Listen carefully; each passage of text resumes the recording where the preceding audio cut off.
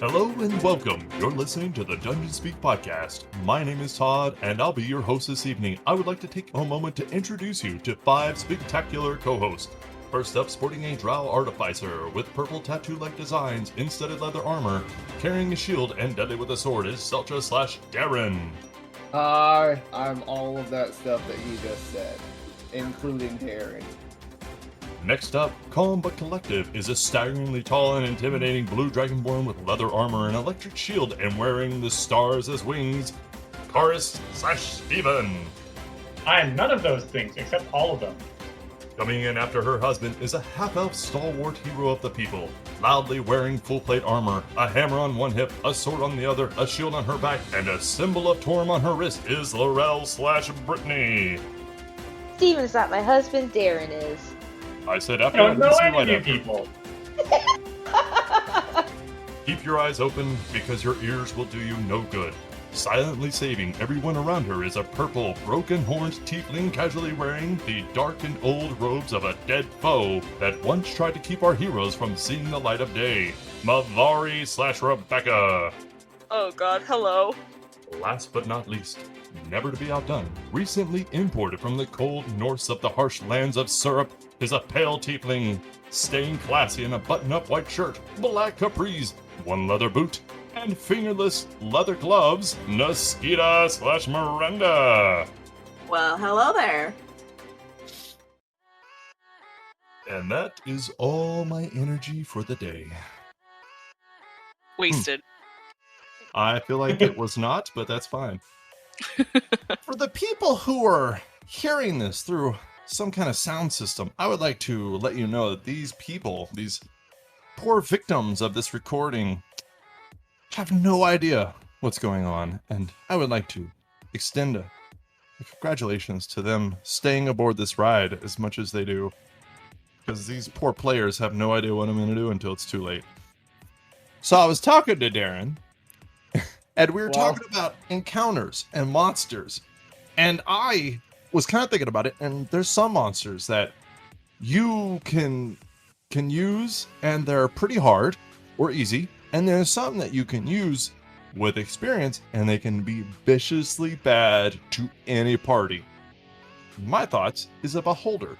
Now, in the beginning of the Dungeon Master's Guide, it actually tells you this is all suggestions. This is a baseline, a rule set for the game that you can use, and you can adjust it as you want. The beholder, you randomly roll to see what he does, but you don't have to.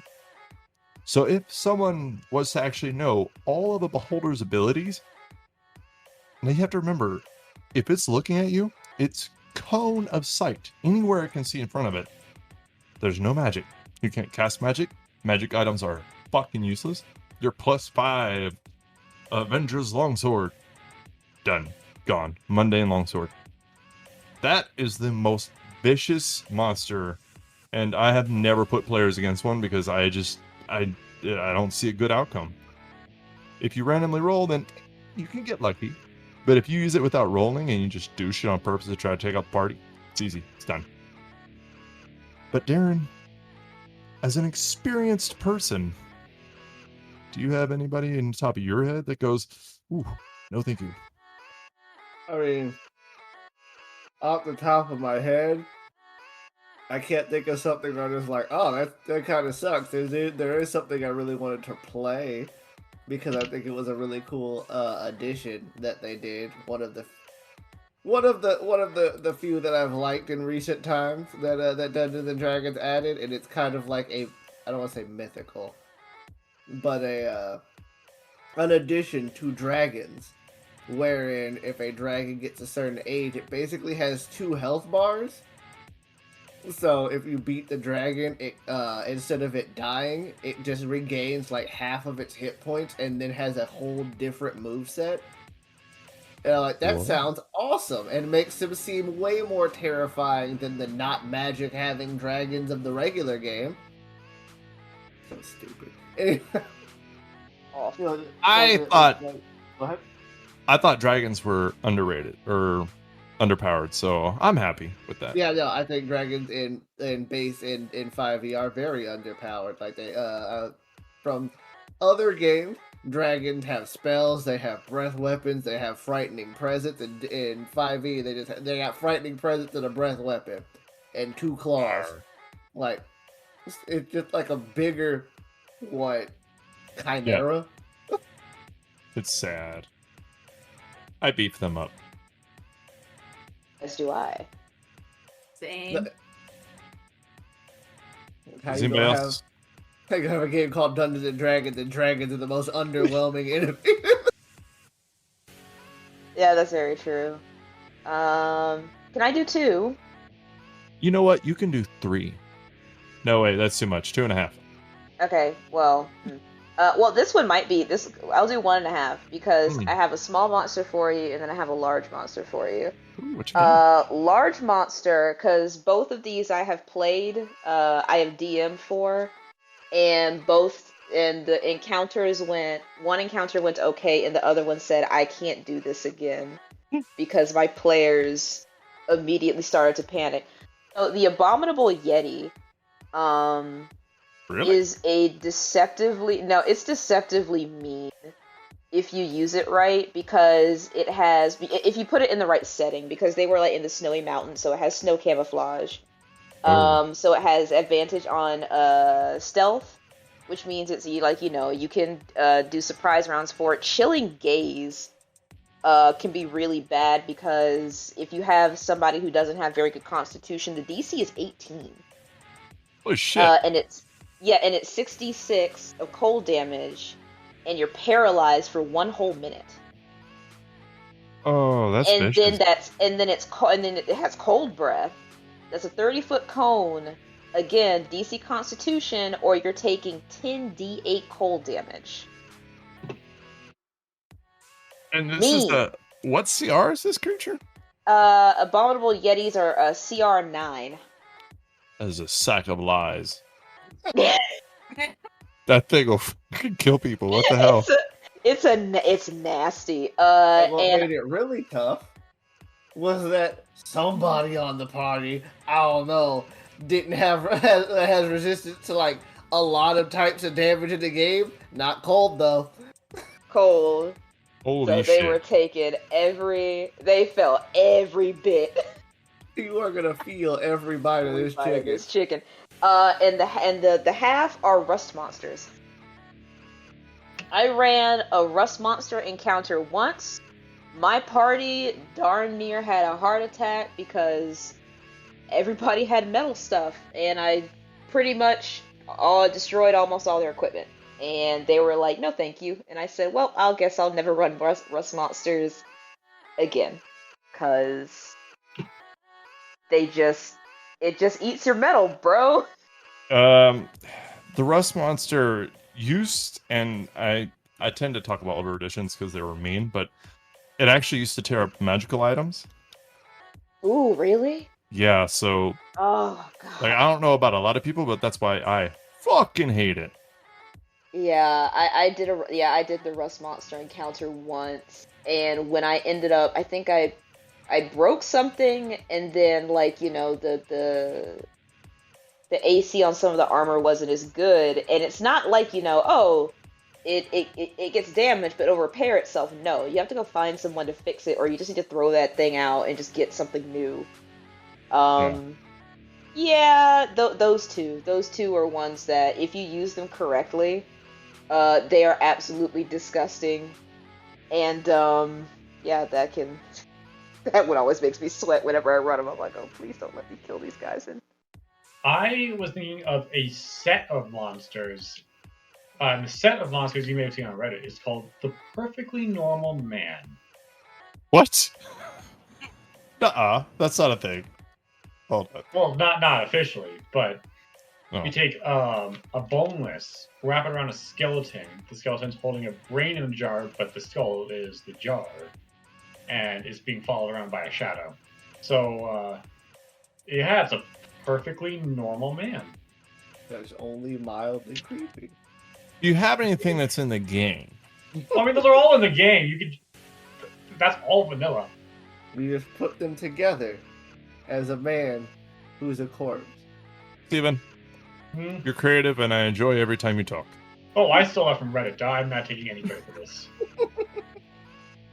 Miranda, you've played this game once or twice. Got I've also DM'd. yeah. One creature in particular that I used that was just disgusting to my party was actually a Balor. Ooh. Yeah, Ooh. it was a journey. And I had to try so hard not to TPK them. Because I didn't want to TPK them, but they just wouldn't leave. And even if they did kill him, they were all so close together that so when the creature dies, he explodes. Oh, So yeah. because they were all grouped together, I'm like, if they actually end up killing this thing, they're all dead anyways, because that's a 20d6. Jeez. Isn't that the worst? Isn't that the worst thing when you introduce a monster that they're not exactly intended to like defeat, and they just push through anyway, and you're like, please. Yeah, It's okay to run. On top of the fact that there were a shit ton of summons too. Like there were so many summons that because I had 2 druids in the party. Mm-hmm.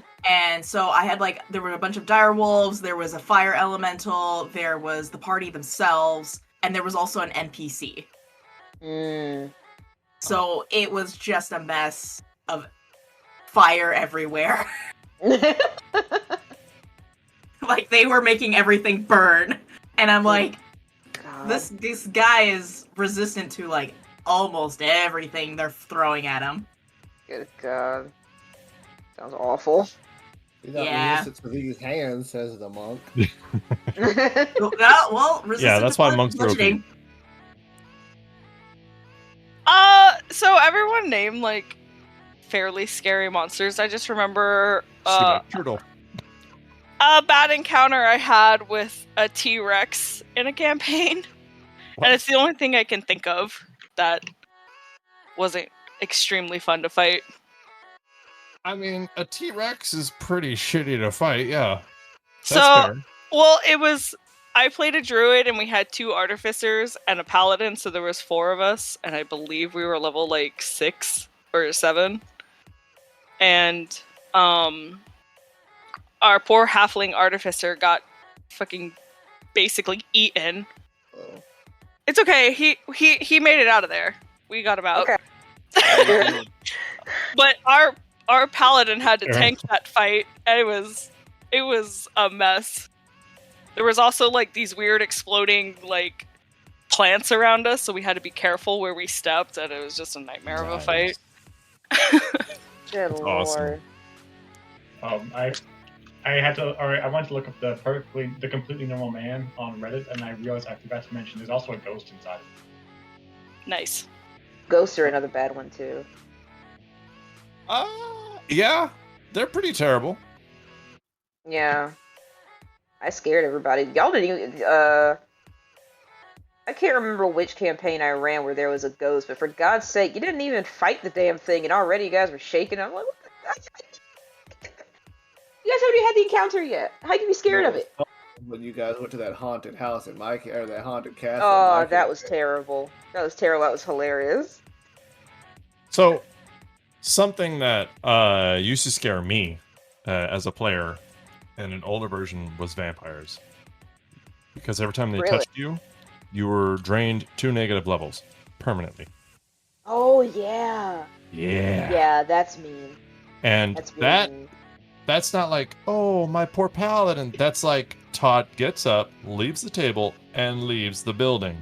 And it's like, welp, I'm not playing it. Barbarians used to take twice the amount of experience to level as everybody else. They were, the barbarian class was fucking hard as shit to level. So if you got level drained off a barbarian, no, just stop. Go home. You might kill somebody. You're drunk. Yeah, no. Pardon me. Vampires used to be vicious. Now they're like, meh. Alright. We're a little vicious.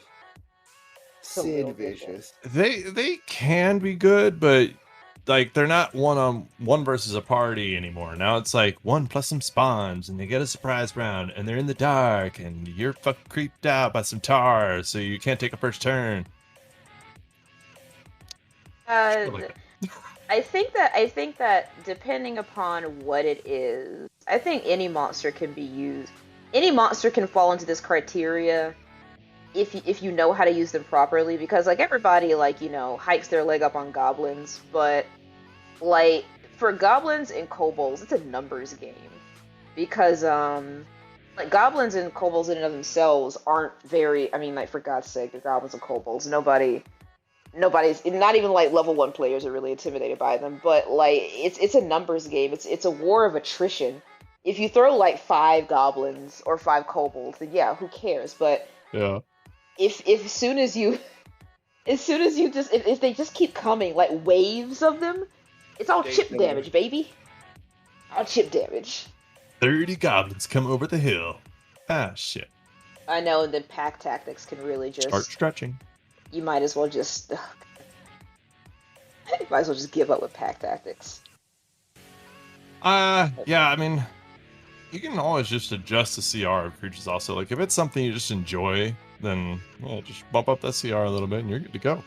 Yeah, of course. I mean, I like homebrewing a lot more monsters than I like just using them or like tweaking to keep players on your toes. I think you like to do that too. Because it I had keeps anabolic things... goblins, so yeah. Yeah, for real. I'm like, what the fuck is That's this? fun. I have to The admit. anabolic got me feeling bionic, because you know I'm into... So I don't know how I know Miranda DMs and I know Darren does it. I like to use a base template sometimes, but I'm just like, let me see a kobold. But what if a kobold that's adapted to the ice? What would that look like? Ice. Yeah, so wiki. So you give it like a really weak breath weapon, still give it pat tats, because that's the kobold's bread and butter. And I don't know, give him a little icicle so it could do some cold damage too. You have a little chili kobold. Ice knife at will. His name is Icicle Johnson. And Ice shank. There's a thing where it's like, no special homebrewing or any weird type of kobold, but they were smart. So they were using like 3/4 cover. They were shooting crossbows out of like little holes that only the crossbow bolt could fit through. And overall, they were scary, not because they were smart or strong, or not because they were strong, but because you just couldn't hit them. They had tactics. Yeah. Yeah. Advanced tactical positioning. That's the worst kind. They took that Tactics 101 class. Yeah, when you have something with tactics, that's the worst thing in the world. Yeah. You know, speaking of the worst thing in the world, where Celtra was walking over a god's altar, and that's just fun to say because he's always watching. Always watching, always judging. Let's get some fun.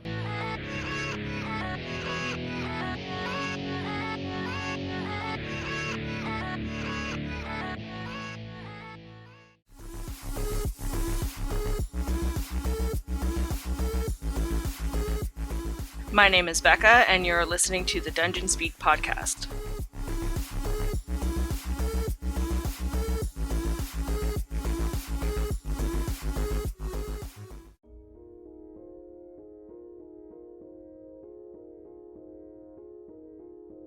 Everything was quiet and still, a sense of serenity I do not normally feel.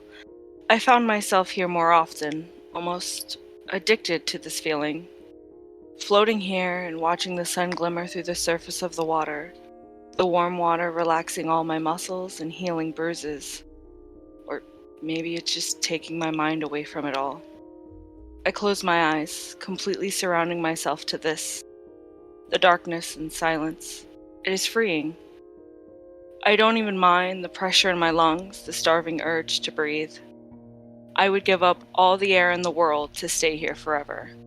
Lady Mavari. I faintly heard Nessa call, but I do not care. Staying here, feeling this, was all I wanted. Floating aimlessly and not having to worry about the world outside.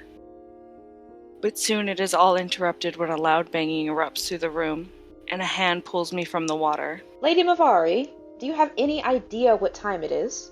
I open my eyes to find my personal servant, Nessa, stood with a disappointed frown. Nessa was only a few years older than I was. She was relatively pretty with short blonde hair and hazel eyes.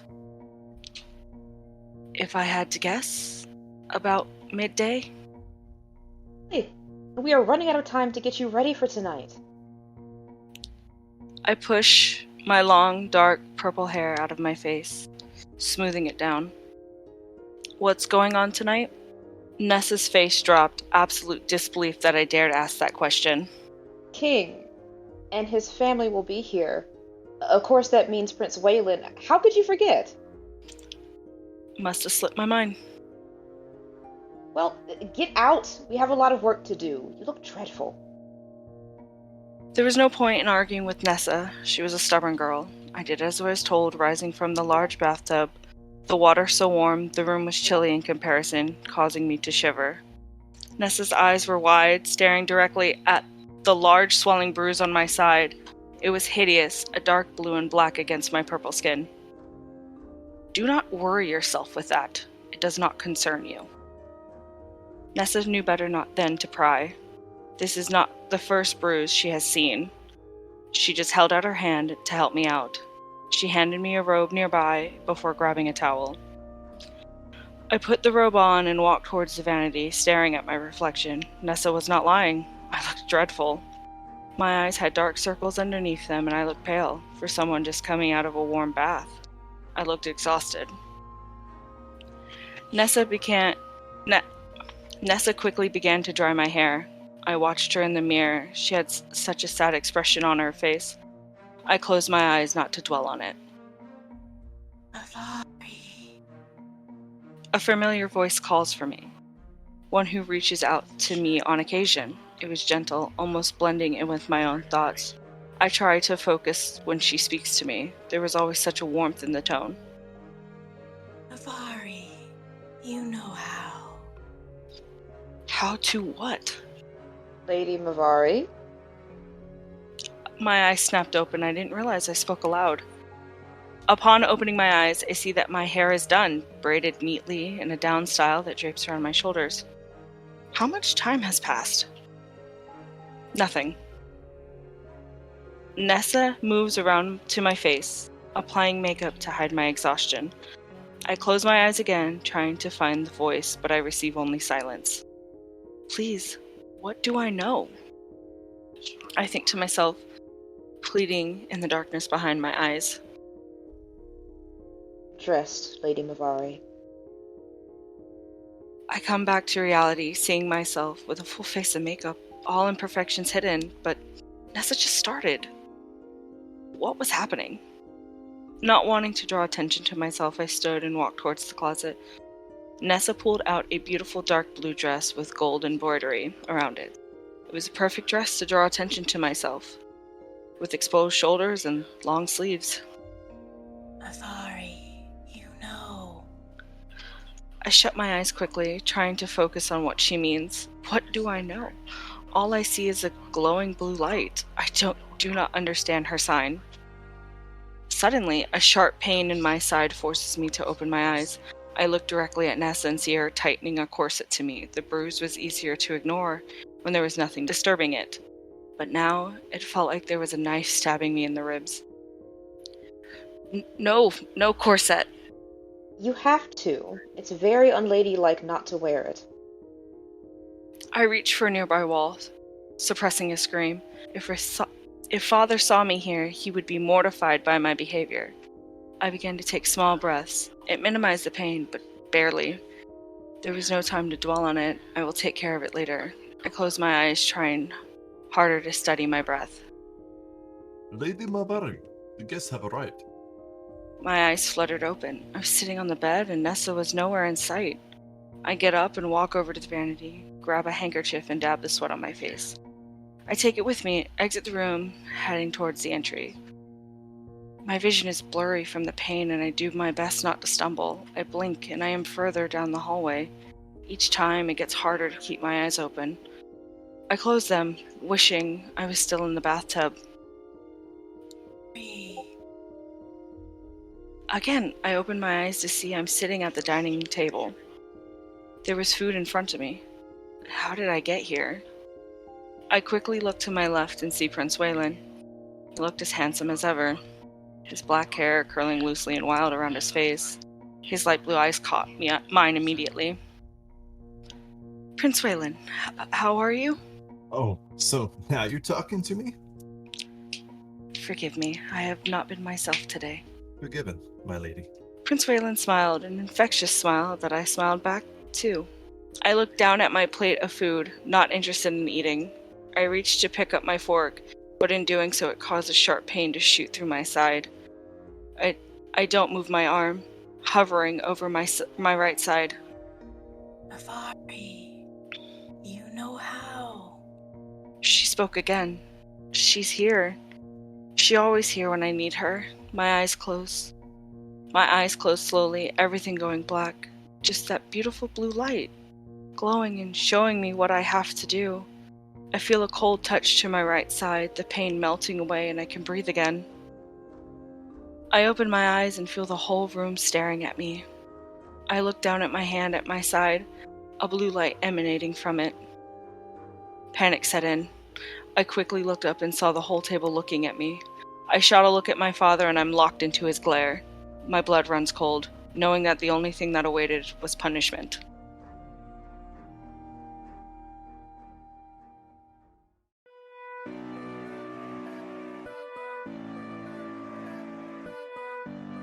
Last time you guys were in this super frivolous place, a game that gives you life experience, a game that you can play this and then go out to the real world and be disappointed because you can't jump that high. Well, in this game, you can. Yay! Celtra, how much money do you have? Way more than I have in real life, that's for damn sure. Yeah, you damn right. All of us put together too. So, this game is fun. Let's get back into it. So, go ahead and roll initiative as you are surprised. I'm just kidding. You guys got your way through the city of Delphi, made your way into the Temple of Apollo, found a statue on an altar, and this is where you fought 3 demons, laid them the fuck out. These flying demons were coming in here throughout the columns. Celtra saw that through his cheating falcon, Randall. Y'all came in here, killed them, and now you are at the altar itself. Lorel has expressed that Celtra is not allowed to loot the altar. If you would like to send me a message and stealthily sleight of hand, I will not tell her. Karyst is out there by himself. I will leave it up to him whether he wants to stay that way or not. But other than that, everybody is having a good time. Everybody's here enjoying the worship that is not your god. But Naskita, she spoke to her patron, and that went super well. She had a vision of people in this temple, people she's never seen before. People who actually might have dwelled here. She's never really seen them. She can relate them to the villagers that she's seen before, and they looked about like them. Slightly different wear. They looked cleaner. That is until they had intermingling body parts with demons, and then they were getting intimate. And then after they decided to get intimate, like the praying mantis, they started killing each other. All the half demons were killing all the full humans. And then she woke up. Or she didn't wake up, but she opened her eyes. And all her friends were around her. Nothing had changed. Nothing was wrong. But she did have a slight spatter of blood on her. Spatter that came from her vision. As you guys stand before this statue, this altar, as Naskita has this vision, and as you are about halfway into this temple, what would you like to do? Oh, fast. Let's see. I could have Celtra. Oops, go back up. Go venture more toward this further into the temple. Not like so far away that he couldn't see the rest of the party. But kind of investigate around to see what else is in here. Alrighty. The altar As- no longer interests me. As you get further away from the altar, and you can see stairs in front of you, and you kind of get closer and walk towards these stairs, and you can see that it's quite a few stairs, depending on what kind of shape you're in. If you love cardio, it's not bad, a little bit of stairs. However, if you love grilled cheese and macaroni, there's 30 feet of fucking stairs. That's not cool. Up at the top of the stairs, there are 3 entryways with columns in between them, kind of sectioning them off to be 3 entryways that are about 10 feet wide. All But right. As it is elevated, you can't really see through the doorways. You just see the sign that says, save before continuing. Very weird. There's a strange sign to put here. Must have been Greek. Anyway. I will turn back and see what everybody else is doing. While I wait to ascend. Naskita's gonna get up from the ground, or however she was doing the ritual.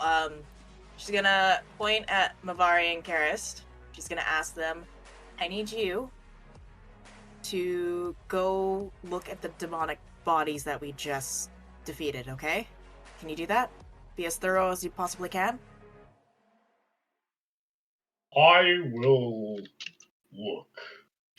Look for any sort of symbol, weird markings, anything you can know. Lorel, I need you to carefully examine the statue. Oh, I was going to do that anyway. Perfect.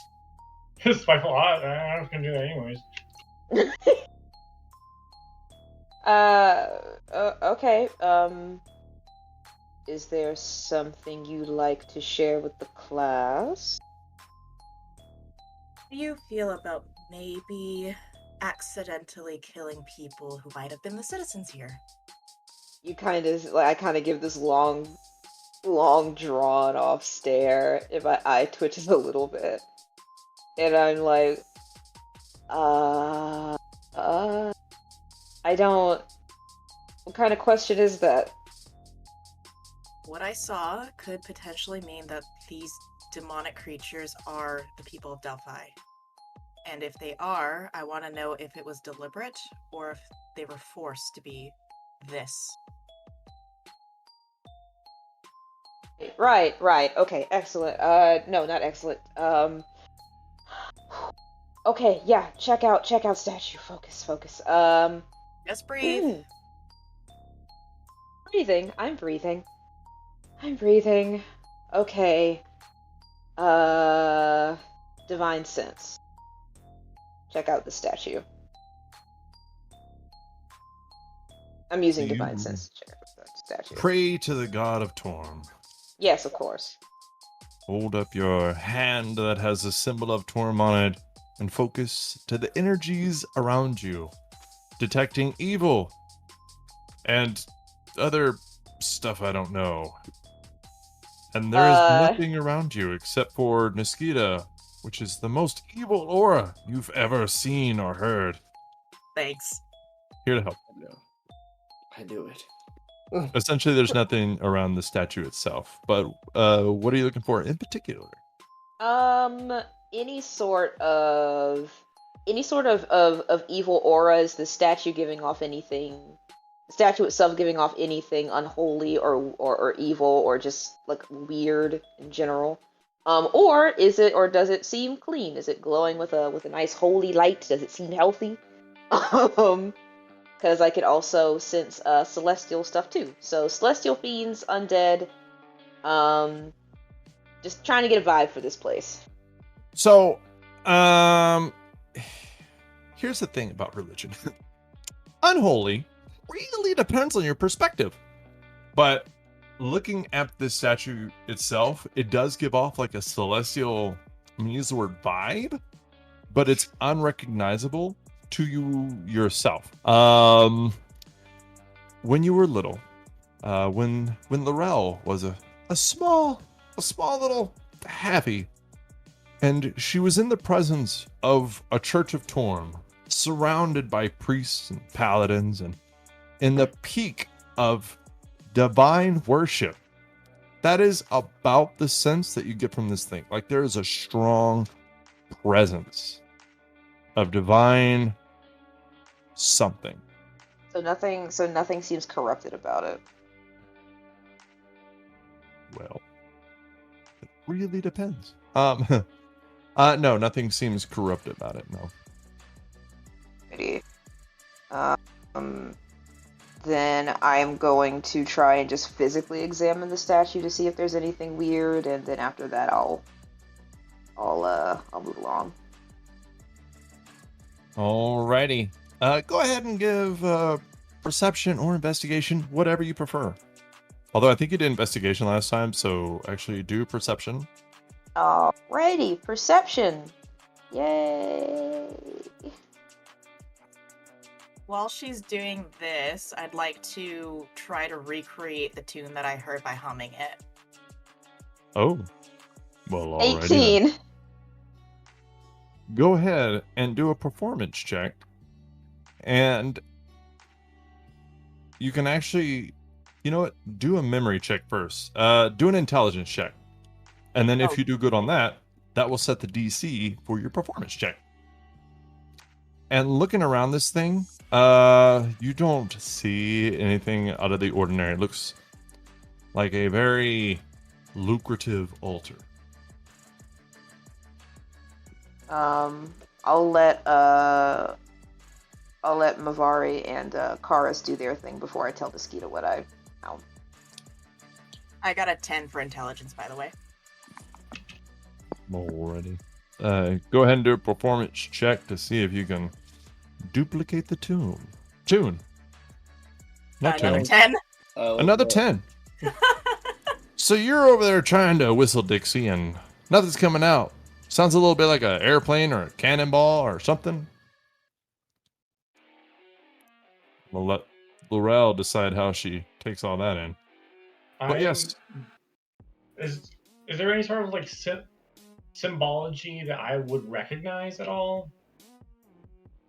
I'm gonna let you roll whatever you want. Arcana, nature, history, religion. Go with whatever Karyst would specialize in on this. Which we all know is not nature. No, it's not. Mavari, do you want to do anything? Maybe help him?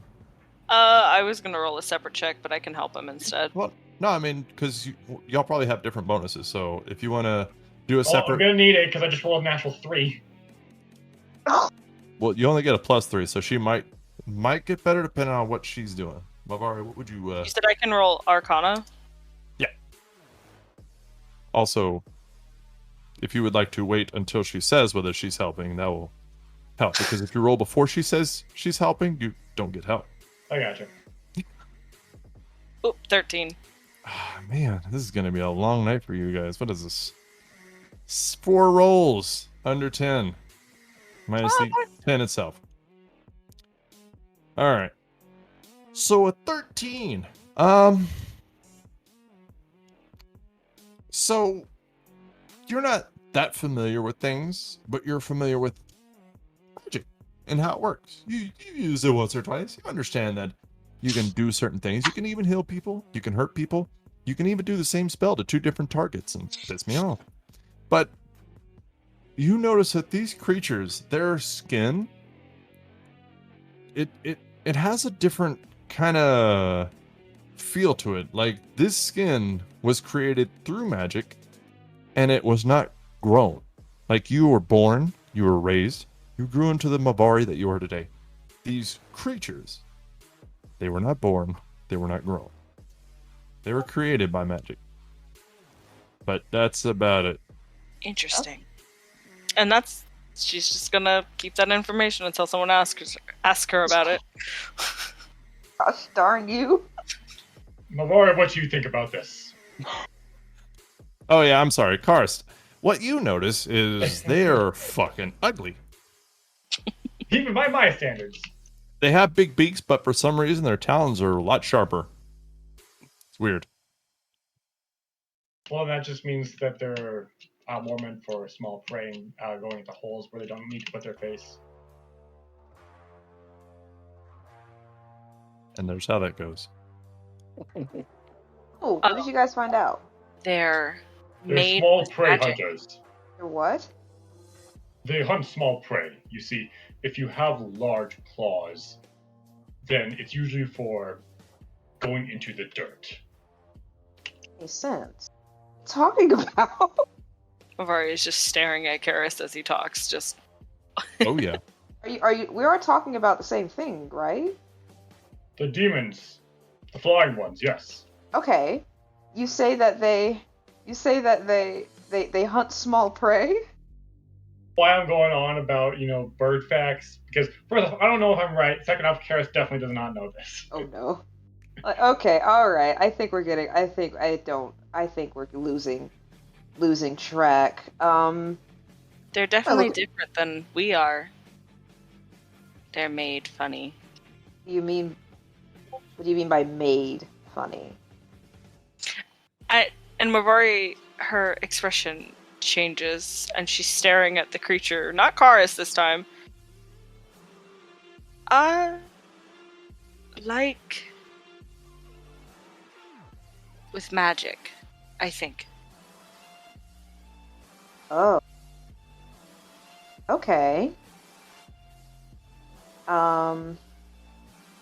Right. Kita? Yeah. I looked at the statue. Nothing seems out of the ordinary about it. All right, that's a good start. These two can tell you what they found. I'm confused. Okay. What? Go on. Karyst, can you use Moonbeam? Did you use Moonbeam against these things? I did not. I used Sleet Storm and that failed drastically. Hmm. No, that was fun. Do it again.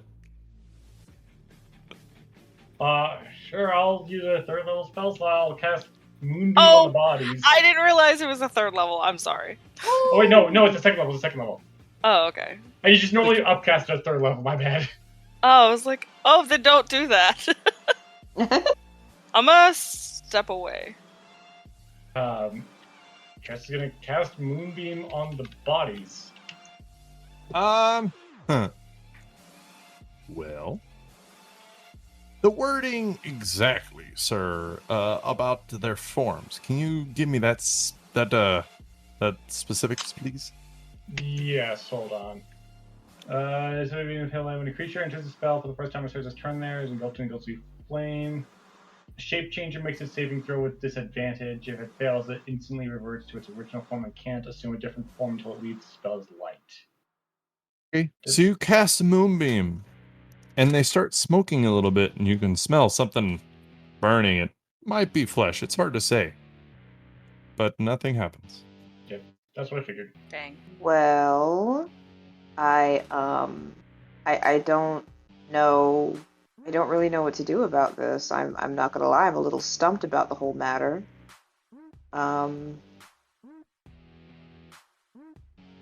I simply don't know. Celtra? Celtra, did you find anything? I mean, I found some stairs. If you guys just want to keep going.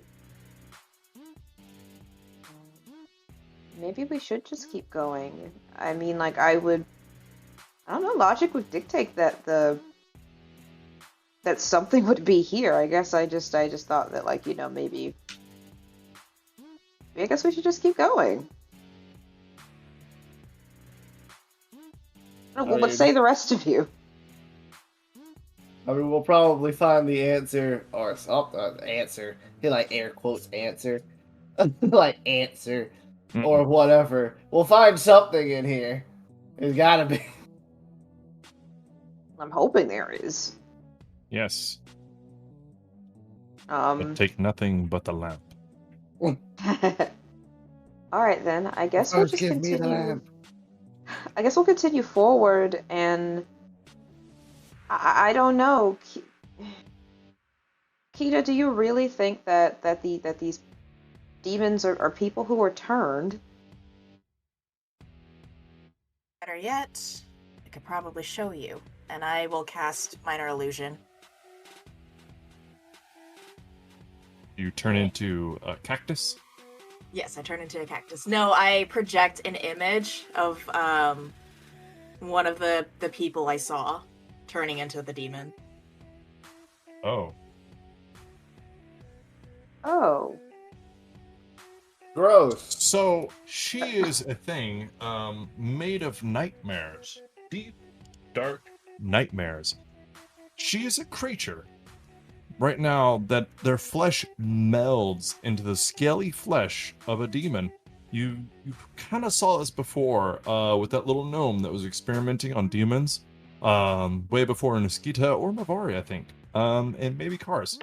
Yeah, it was the original. So essentially, yeah, Celtra and Lorel. Oh. But you saw him picking apart their scales and looking at them, and that's kind of what she looks like right now. If you had just eaten, it might make you throw up. But it's basically something that you don't think could ever actually exist. It's just gross, but also a bit frightening. Oh. Okay. And that's not even all that I saw. Oh, that's not good. Okay. Was the rest of it better? Because that Define was your bad. definition of better. Better than Yell that. from the As side in, of like, the temple. yeah, we was just shouting. Was the rest of it better? Because that was pretty messed up what you just did. No, it definitely was not better. Oh. Well, then stop. Start walking towards Celtra, realizing that we are screaming Can you hear me now? across this temple, and we should probably not attract attention to ourselves. Yeah, as you think about that, you see some demons in between the columns. They have a table set up now, and they are strategizing how to best kill you all. Now that they have time and warning. Start walking towards Celtra, like, wait, damn it. Okay. Gonna walk up to Celtra, like, okay, maybe yelling across the temple probably wasn't the best idea. Not one of the smarter ideas, but okay. So we're going to continue forward and hope that we find a solution to the problem.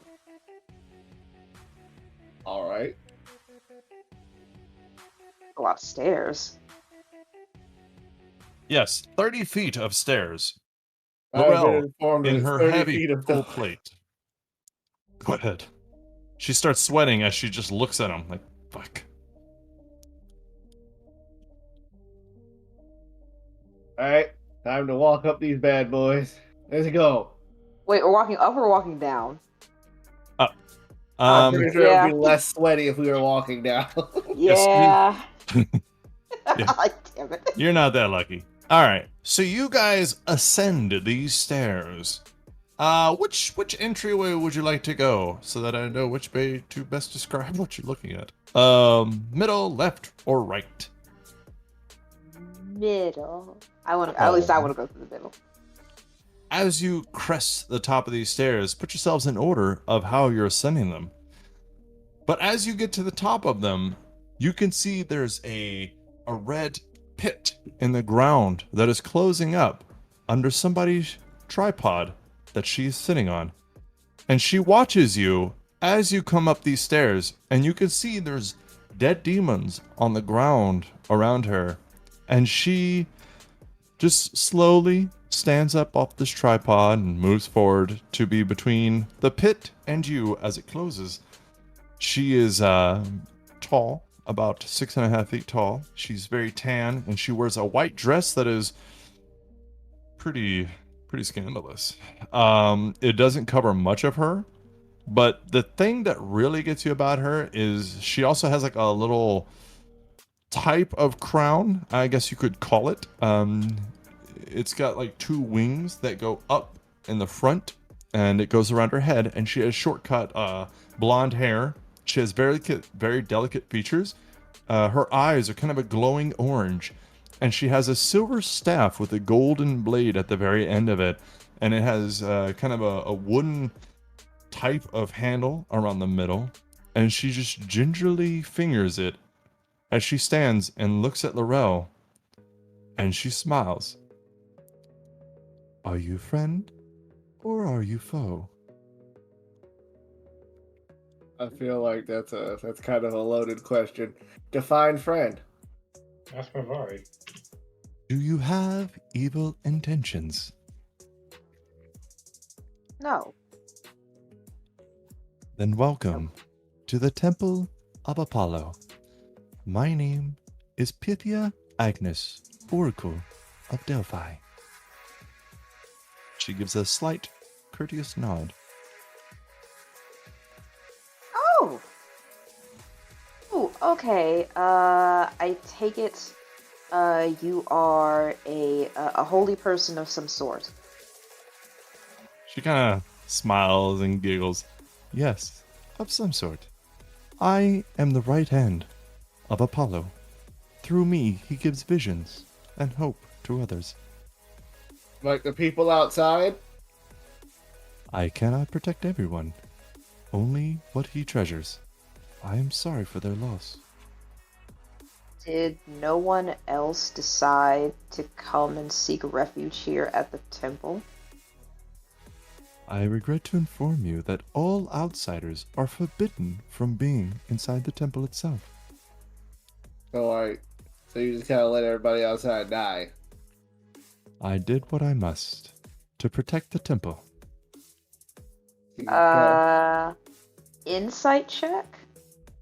Go ahead. Insight check. Yeah.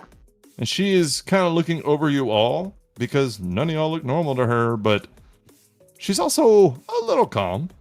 She looks unsurprised, you could say. Like the name Oracle has a meaning. 11. 11. She seems serious. So you just go chill in here while everybody outside is being torn apart by demons. You're not gonna, Apollo ain't gonna do nothing? She smiles at you. It is a very large world to expect one god to take care of it all. I mean, I'm not gonna take care of the world. I mean, are there no... Do you not have any soldiers? They are all dead. He's kind of crumples up a little bit. Trying not to start anything, but I'm not exactly impressed by any of this right now. She smiles at Celtra. I understand that you can be frustrated with the death of innocents.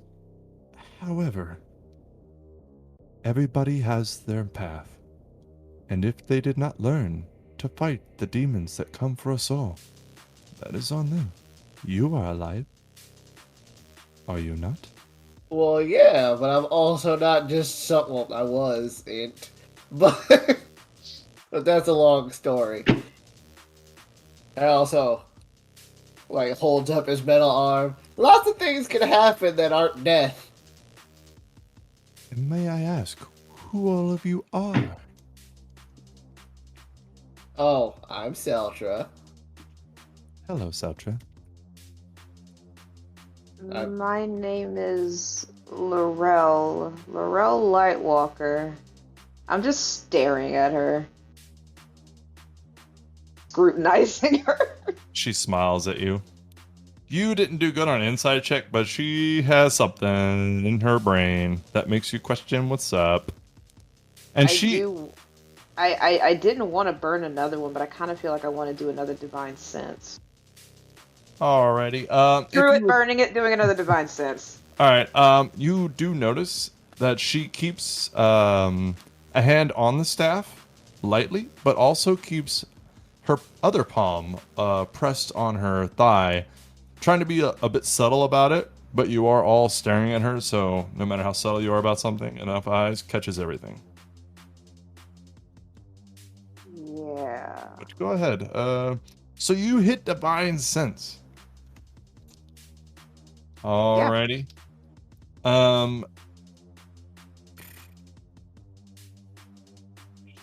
Remind me. I don't think it would really tell you anything about her, to be honest. Celestial Fiend, undead within 60 feet that's not behind total cover. It also says arbitrarily I can detect good and evil. I don't. So. She does not come off as good or evil. And she has a slight hint of celestial presence, but she is not celestial. I'd like to make an insight check. Insight. Just watching her. Mavari, the watcher of people. Go ahead. It's gonna be bad. I haven't rolled good today. That's funny. Do a good job. Do a good job. Do a good job. Do a good job. God, I fucking hope so. 13 again. 13. You know what? I'm gonna give you answers to the 13, but I want you to roll another one. We're gonna say at advantage to notice something that Mavari is aware of. Oh, spooky. 9. Oh, too bad. All right. So You said with advantage. that was the with advantage. Oh, okay, that was the advantage. Okay, Yeah. never mind. Yeah. So you're looking at her. She's definitely holding something in, but I mean, she seems to be calm and honest. She seems very forthright with her intentions. I don't like her. intention is to stand here and do nothing. Exactly. Mavari is going to shift behind Karyst. It's a good caster. So. Behind the other caster. So let me make sure that I'm understanding this correctly. You're here protecting the temple from demons, correct? From everyone.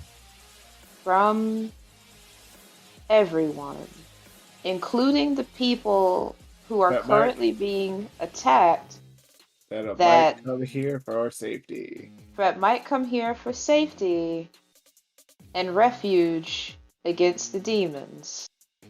They are more than welcome to come into the temple. You just said that they weren't allowed in here.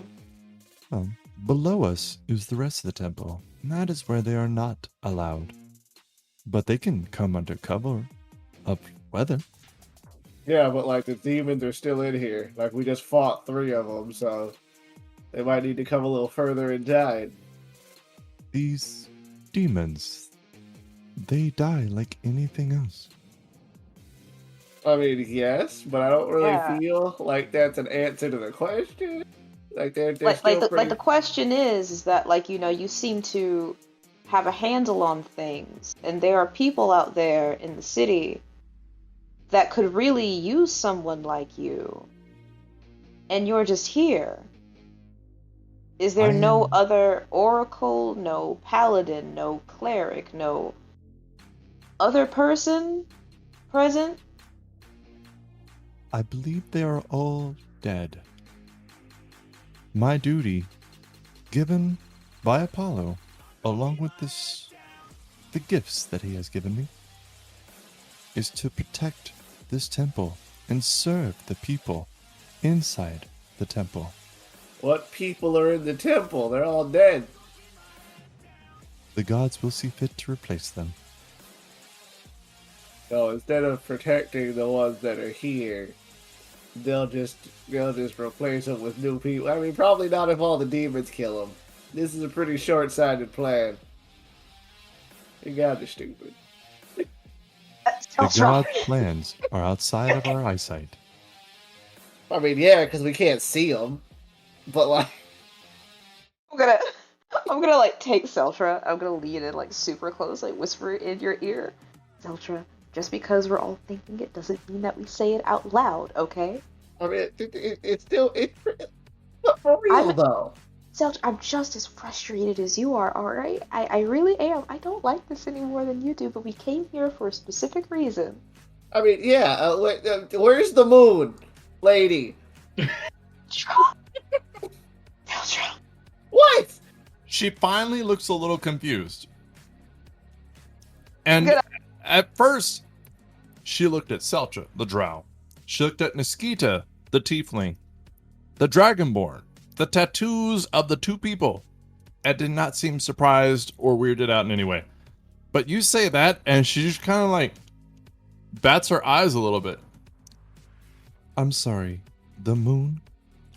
Yeah, moon lady. She's been talking to Mavari. Celtra! What? Celtra, I'm gonna just put my arm around your neck and I'm just gonna duck you in real quick, like speak real quiet to you again. Celtra, I don't think this is an oracle of Apollo, yes? Okay. And we are trying to look for the moon. Mm-hmm. That might not be within line with Apollo. Are you kind of seeing what I'm trying to say? Absolutely not. I have no idea who either of these people are. There might be two opposing forces, and the last thing that we need You is see her hand close slightly, and she says, "Your lady knight is trying to inform you that we are on opposing sides of this argument. And would you roll initiative, please?" Damn it. Grip you by your skinny neck. Celtra, 19. 19. Lorel, 20, natural 20. nice. Karyst, 19. oh, all right. Mavari, 19. all right. We're gonna go back through this in a second. Naskita, don't say 19. I got a 10. Hey, thank you. Let's rewind. Celtra, what's your dex? Mine is +4. Mavari? +2. Yeah. Karyst, what's yours? +3. Oh, weird. Rasby Easy. rolled a natural 1 for a total of 4. Alrighty. Way to go. Way to bring her into this with a strong start. Bring it up for real. So as her hand glowed, you see her body kind of start, I'm going to use the word convulsing a little. As she steps up to the top of the stairs and she says, "Apollo will see you now." And I need everybody, wait, 5, 10, 15, 20, 25. Yeah, everybody to please make a wisdom saving throw. Oh, She beat sweet, a I'm 19 great. and two, or 2 19s and a 20. She was already starting. That's why. And I am within 10 feet of Lorel, thank the Lord. Alright, let's see. Or Lorel. Becca, remind me, and I will tell you what the other insight roll was for after this. It cut out a teensy bit. You said wisdom, right? Yes. Okay, double check and making sure. All right, guys. What did everybody get? Oh no! That's not good. Ooh, I got a 16. A 16. Yes. Got a 15. 15. I got a... God, 12. Oh, dear. I got a 7. A 7. Well, here's the good news. Nobody's alone. Everybody's together. As the bad news, you are hit by what's called Seer's Omen. You all basically have Bane. Oh, What? all of us got that. For the next minute, whenever you make an attack roll or a saving throw, you must roll a 1d4 and subtract that number from the attack roll or saving throw. Well, that sucks. Yes. Also, LFD failed, so Oh, I forgot about him. I'm sorry. it's fine. He failed. He rolled a 3. Also, Lorel, Yes. you know that staff she's carrying? I feel like I'm about to eat it. Yeah. No, you're not. That's an 18 to hit. Ah, okay. But Good. you see the shine of that staff. It's got a little bit of demon blood on it. She's been doing this for a while. But the second swing is a 25. Ah, yep, that hits it. Alrighty. So she's one-handing it. Studio. 8 points of bludgeoning damage. Why is it bludgeoning? Oh, it's only slashing if she's two-handing it. Okay, whatever. Weird. Okay. Alright. So, with that, I read. Blah, blah, blah, blah. Alright, she's going to attack you one more time. Oh. 27 to hit. Oh. Ah, yeah. 13 points of bludgeoning damage. Oh, okay. And then she runs back around the corner, giving you an attack of opportunity. Which I feel like I used the wrong thing there, and I should have used disengage, but it's fine. Go ahead. Okay. All right. Let's call that a misstep on my part. Oh, they're in the business and oopsie. 19. 19 will miss. What the? What? You can see she seems very dodgy as she moves with the quickness of magic. Remember before we started the session when we were talking about creatures that that the party really should have run away from? I'm not going back out there with the demons. You're dead! So from the top of the stairs, she comes up, says, Apollo's looking at you, or sees all. You all have to make a saving throw. Fail it, with the top rolls being 16. Now you all are basically baned. She's at the top of the stairs, swings 3 times at Lorel, and then with unnatural movements, runs back into the room and around the corner. Next in the initiative order is Lorel. Oh. Right. Not gonna lie, I'm a little worried. Just this bitch. I'm Good just thing kind of Karyst used a 3rd level spell slot before y'all did this. I'm kind of like, do I Second. follow her in, Second or level do spell, I I have just say two. maybe this isn't worth it? Well, see how this round goes. It hasn't been going well for me so far, so let's do. What am I? Oh God, are you serious? Well, all right then. This is, I was checking out to see how many spell slots I have. 1. Yeah. All right. I'm not moving. As a matter of fact, I'm going to step back and hold my action. I'm gonna hold an attack. Alrighty. Oh. Hold on, so let me see exactly where you are on the map. That's smart. 5, 10, 15, 20. And so if she comes into melee range, you're going to swing. Is that what the triggering action is?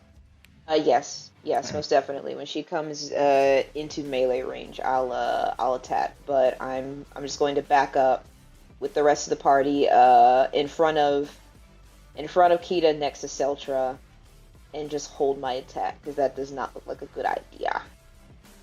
Damn. I forgot she had advantage on her first attack each round. Well, next time. Alrighty then. Next in the initiative order is Celtra. Celtra, you see Lorel back up and hold her weapon ready to go as she has already taken a hit. It's Lorel, should be alright. Fair. Celtra's gonna have LFD walk around this way, up behind her. Walk around one of the pillars, up the stairs, to behind where she is. And then I am going to run up the front side. And hope that I don't trip over anything.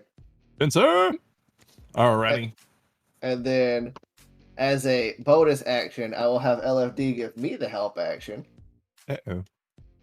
so I have advantage. Yes. That's a natural 20. Nice. All right, and then the second attack, I'll just go ahead and roll that. 19th led to the hit. God dang it. It won't hit after I subtract the D4 anyway. All right, so that's This is about to hurt. plus 1d6. I will say, do not forget your poison damage. Okie dokie. Oops, not plus, just plus 17. Let me get the 1, 6, 17. And I need her to make a Constitution saving throw. That's 26 damage, and I need her to make a Constitution saving throw. She is not proficient. Okay, that is a 12. 12 is a failure. Uh-oh. So she takes 4d10 poison damage. You hit Yeah. me with this. She Yeah, takes that's fine. 19 poison damage, and I believe she's poisoned. Ruh-roh. Let me check. Let me do a double check. Alrighty. While you're checking on that, Karyst, you see Celtra run up these stairs and disappear behind the pillar. Celtra on one side, LFD on the other. Who are you gonna go help? LFD? Get up there. She is Help also your friend. poisoned for 1 minute. Fuck. Well, we could have discussed it. I could have spoken up a little earlier, but I'm going to cast Entangle. Uh-oh. So 20-foot square starting from a point within range, so it doesn't require eye contact. A creature must succeed in a strength saving throw or be restrained by the entangling plants for the next minute. Or until the spell ends because it's concentration. Well, hell. Yeah, It's what saving throw? I'm sorry? strength. No. Oh, she's proficient. Cool. She's what? Right. Oh, Great. that is a Great. 17. Yeah, that beats it. Well, I mean, it's now rough terrain for everyone. Which direction? Is it on Celtra or on LFD? Well, I can cast it on her. Oh, because I think it's a It's a- square. I think it's yeah. a square, that's why. What's 20-foot square? 20 Yup. square, so 10-foot radius. I don't know why they go back and forth between diameter and radius. Or square. Sure. So it should reach that pillar. That. So do you want it off Celtra? Actually, it's gonna be on Celtra no matter what. Yeah, it's gonna be on something no matter what. Damn it. I'm not proficient in strength saving. So What color would you like? Yellow, teal, blue, green, lime green. Okay. if you start at the wall, it's going to hit me no matter what. God damn it. All right. Well, Celtra, LFD, if you would please. So, doesn't rhyme. I didn't like that. with this clean +0 to my strength save, Natural 20. 18. Hey, nice. There you go. 18. Poor Thank Karyst. You can't even get the caster. Can't even get me. All right, let's go. Let's go, LFD. Are you going to fail too? Yeah, he's gonna fail. It's Steve. Oh, No! Yeah. I feel like Karyst is angry even though he doesn't see it happen. Two things happen. One of them I wanted to happen. He senses that LFD didn't get entangled. Like fuck. Does Yeah, it? that's- Not to spoil the fun, but don't you need to roll a 1d4 to? You are correct. Oh shit! All right, let's do that. You are correct. Thank well, you. it wouldn't, because my spell save is 14. So, well, actually, there you go. No, 14. Meter beat you. You Okay. saved. So, So I said we still both saved. yeah, so you guys could not have failed. Okay. Damn, ain't that a bitch? Yeah. Oh, I mean, good for you guys, but also, I'm sorry, Karyst. It also sucked because I rolled a max on that D4. I'm like, oh fuck me. That could have been bad, but luckily, Yeah, you you're got the good. high roll out of the way. Yeah, that was a waste of some high rolls. Oh, Karyst, would you wait. like to move? Oh, wait, never mind. You are halfway up the stairs, there behind the pillar. You hear your entangling go off as you're like, boody boppity blue doo voodoo. There's some Strange systematic pattern of components. I words. don't know. Strange pattern of words to make entangle go off. Abracad, fuck you. I'm gonna go right, go opposite Celtra from Agnes. Yes. Agnes, the name of warriors and champions. Look, it doesn't sound great now, but it means something. All right, and that's my turn. Alrighty then. So, after Karyst, Mavari, get up there and piss me off. Join the entangling behind LFD. That'll make me happy. I don't know about that one, Chief. Well, Uh, alright. I'm Give it a gonna- try. I'm gonna use 2 source points to bring back a spell slot, and I'm gonna move up 15, 20, 25, 30. Yeah, I can move right here. Can I see her? Yeah. You don't actually need to have. There's no cover in spells, so I'm assuming that as long as you can see her even just a little, you're good. And Okay. I would say she'd have half cover from somebody if you were like shooting an arrow, but no, you can see enough of her to cast a spell if you wanted. All right, cool. I'm gonna give her a taste of her own freaking medicine, and I'm gonna cast Bane. Hey, Before you do this, I would like to say no thank you. It is a charisma saving throw, please. Fair enough. No. That's a 12. Fail. Bummer. So now she has to roll a 1d4. Every This time would she be- attacks or saves. That's ought to be fun. Alrighty. Now nobody's having fun. Well, you know what? Fair enough, Mavari. Fair enough. Ends my turn. Good. Very good. After that, Naskita. Would you like to get up there, get in the entangled bits, and get stuck? Absolutely. No, I'm Good. going to move over towards LFD, but not into the entangle. That's the And same. I'm sorry. Didn't mean to ruin your fun there, but I'm gonna reach around the corner and get an eyesight kind of sort of her and try to cast Chill Touch on her. Do you roll to hit with that? I do. So, let's negotiate. If you lean around the corner, you roll a strength save, nope. but you have no cover. So the way Entangle works is the people that are there initially have to make the strength save throw, but after that, it's just rough terrain. Really? Yep. Boo. So there's nothing I can do to screw Naskita over right here? Nope. Correction, there's nothing I can do to screw Mosquito over right here. So that is a 22 to hit with the Bane. Well, hold on. Let's check your distance. Did you move too far or anything that I can take away from you? Nope. No? Alright, fine. Whatever. 22 hits. 22 Oh, wait, hits. no! It doesn't hit. No! What? Let me Oh, make I sure. don't like that.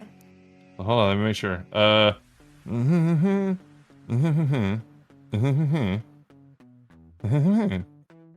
And then this gives her. Where'd it go? Where'd it go? Where'd it go? Come on, eyes. +2 to her AC. Yup. So her AC is higher than 22. I don't Oh, like Lord. that. I don't like that at all. What? Oh Lord. Hollow. She glares at you. That is not welcome here. And I'm gonna just duck back behind the counter and cry a little bit. Right. Yep. Bringing up the rear. Razmi, what would you like to do? So, if I'm reading the spell correctly, it also does not require line of sight. So, I'll just start with a Firebolt cantrip, which is an 11 to hit, or +11 to hit. So let me. Wait, you don't have to see with Firebolt? No, just as range spell attack, +11 to hit. Targets I one mean, creature you have to of be able to creature see. within range. Really? Okay. Yeah. For Firebolt, yeah, it's like shooting an arrow. Would you be able to see from between LFD and Naskita? She would get a little bit of cover, but yes. How about if it was directly behind LFD? No cover because she's taller. Okay. So yeah, so plus 11 minus 1d4. Does that sound right? Yes. This ought to be fun. For a total of 23 to hit. Nice. 23 is her AC. Oh, damn. And that is 13 fire damage. And for the first time on this show, it all goes through. Yeah, she's a person this time. Fuck, I'm kidding. You are now killing a human. Congratulations. Well, hold on, let's not get hasty here. You don't know what our intentions are. You know, I'm just putting it out. I'm laying it down. It's up to you whether you pick it up or not. That have Oh, completely shut up, noble God. intentions. Wait. Fuck it. Alrighty then. So much stuff. So, is there anything else you would like to do with your turn, Razmi? See, that's with bonus actions, and I used up all of the movements, so that's I think that's it. Alrighty then. So after that, at the top of the turn order, round 2, Agnes is gonna bring it. Oh yeah. Right in front of her is this spiteful elf man that she looks down on with her big rod. She is very much taller than Celtra. Celtra's like at boob level. Oh. You know what? I'm gonna leave that one alone. It's too easy. Also, she's poisoned, so she has disadvantage on attack rolls against everybody. Hold on. Oh, look at that. The condition can be... Yup. Okay. So she casts a spell on herself. And she's no longer poisoned. Thank you for reminding me. You're welcome. But now she has less attacks, so that sucks. Yep, that was what I was hoping for. Make her waste a turn. Waste your turn. Alright. So we're gonna try to do this quickly. The first swing at you, sir, is not gonna hit. If it's below your AC, I'm just not gonna, because the D4 will just not really matter. That's why I didn't roll the D4 after mine either, because like I didn't hit her, so. A 22 to hit. A 22 to hit. Shield. Damn it. Alright. And I think she has to actually hit you. Yeah, hit. Okay. Oh, fucking balls. Oh well. Damn it, I could have made LFD. Yeah, it doesn't matter. I could have made LFD get me forced to have disadvantage. Alright. We're having fun. We're forgetting our characters. Alright. Her third hit on you, using her something action, is a miss. Oh, the other one is a miss. Celtra, you're alive and you're alright. Oh wait. Yeah, I don't want to do that yet. You okay? Well, yeah, do I? No, I don't want to do that. Balls. I have the one spell that just kills all drow. It's weird. Yeah. Dude, so much to read. Alright, so after her wasted turn. Damn it, she gets so many attacks. That sucks. Lorel, you are the only one left in the safety of the stairs as everybody else has charged in there heedlessly. Go in there. Go have some fun. Yeah, I'm just gonna be like, guys, I don't. Oh, okay, all right. I'm gonna. Oh God, I'm gonna run in there. I'm gonna combat roll between Celtra and Karyst and put myself right next to Celtra. That's 25 feet. And then I'm just gonna swing. 2 swings. How loud do you think somebody combat rolling in plate armor with a shield is? Oh, I think it sounds like dropping a bunch of like pots and pans on like a concrete floor. Just the worst. Just the worst. Everybody's like, "Oh, what the fuck?" That sounds exactly. 21. 21, unfortunately, is a miss. Oh right, it's a -4 anyway because I'm faint. Oh. Great. Yeah.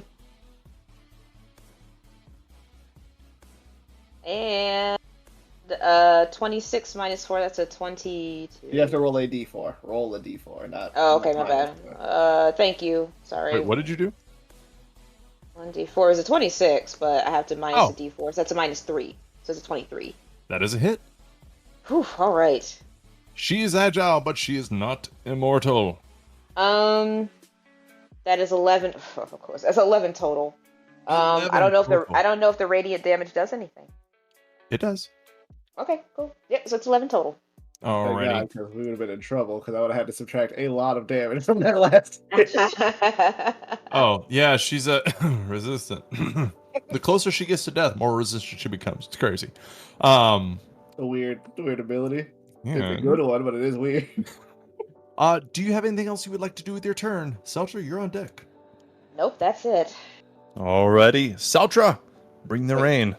Celtra will grip the sword in one hand and in his hand and kind of like look up at her defiantly, try to look past, and like, look, we don't want to have to fight you. Just tell us where we need to go. God, I just want to get out of this place and all the demons. Says, you shall not pass. You're gonna make me fight you? Alright, fine, don't answer the question. I'll take 2 more seconds. I will attempt non-lethal takedown. I Oh. don't want to kill her. No. But I will have my bonus action have LFD give me Wait. advantage. What weapon are you using? The scimitar? The scimitar with poisoning damage? Yeah? You cannot non-lethally attack with that. Okay, fine. I am making a ruling because that's crazy talk. Okay. But if you have a bludgeoning weapon, or like you want to bash him with Lorel's shield, like bash her in the head a bunch, alright. I got But other just weapons. a poisoned sharp blade, I don't really see it being like, dink, haha, I got other pooped you in the weapons. head. Booped him. But I will say out loud to I did say that part out loud, so at least everybody knows that I am not trying to kill this woman. Don't kill her. We need to question her about her lineage. Not really. I just don't want to kill her. I feel I just don't want to kill her. I don't want to have to fight her either. She's not making this easy on us. Damn. That's 20. That's a 20 to hit. Unfortunately, a 20 will not hit. Alright. Don't fail me. Don't fail me Really? now. Alright, 23, but still, I've rolled maximum on all of my d4s. Oh shit. A 23 will hit, yes sir. Oh wait, sorry. What was the first attack? It was a 24 minus 4. Well, so like that's a multi-attack or something. I have 2 attacks, and I had LFD give me advantage. Okay, so both of them hit or no? No, the first one did not hit. The second one did. So then add a d6, which basically means, so add a d6 to it. I regret to inform you, we are on to the next attack. Please Oh. pay attention. Yeah, no, And that was way too fast for me to keep track of. This is not a paying attention thing. Yeah, no, in his defense, I roll all of my attacks at once. All right, go What? ahead. Okay, so add Roll the 1d6 and add Okay. it to 20. Okay. 6. All right, so they both hit. Alright. I tend to roll all of my attacks at once just to say whether or not they hit, so I know how much damage I'm rolling. Oops, that is not plus 16, plus 1d6. Alright, there we go. It sounds like you're talking from the bottom of a shower drain. Why? There it goes. Hell, welcome back. Oh, I was probably because of. No, it doesn't matter. Was first the hit is- mic in your mouth? No, I was like looking down and mumbling, so. Oh. No, it was my bad. What you got? 1d6 plus 5. Alright, so the first hit is 13 damage. Yeah. The second hit is 16 damage. And I need her to roll me another Constitution saving throw. Hold on, I'm minusing 29 damage. I need to get my phone calculator so I don't have to think. 102 minus 9. Oh, fuck. Yeah. Okay. So you said Constitution saving throw? Yep. Balls. All right, let's go. Yeah, Get remember, it. you have to do it every time I land a hit. Because you did that to me. Shit.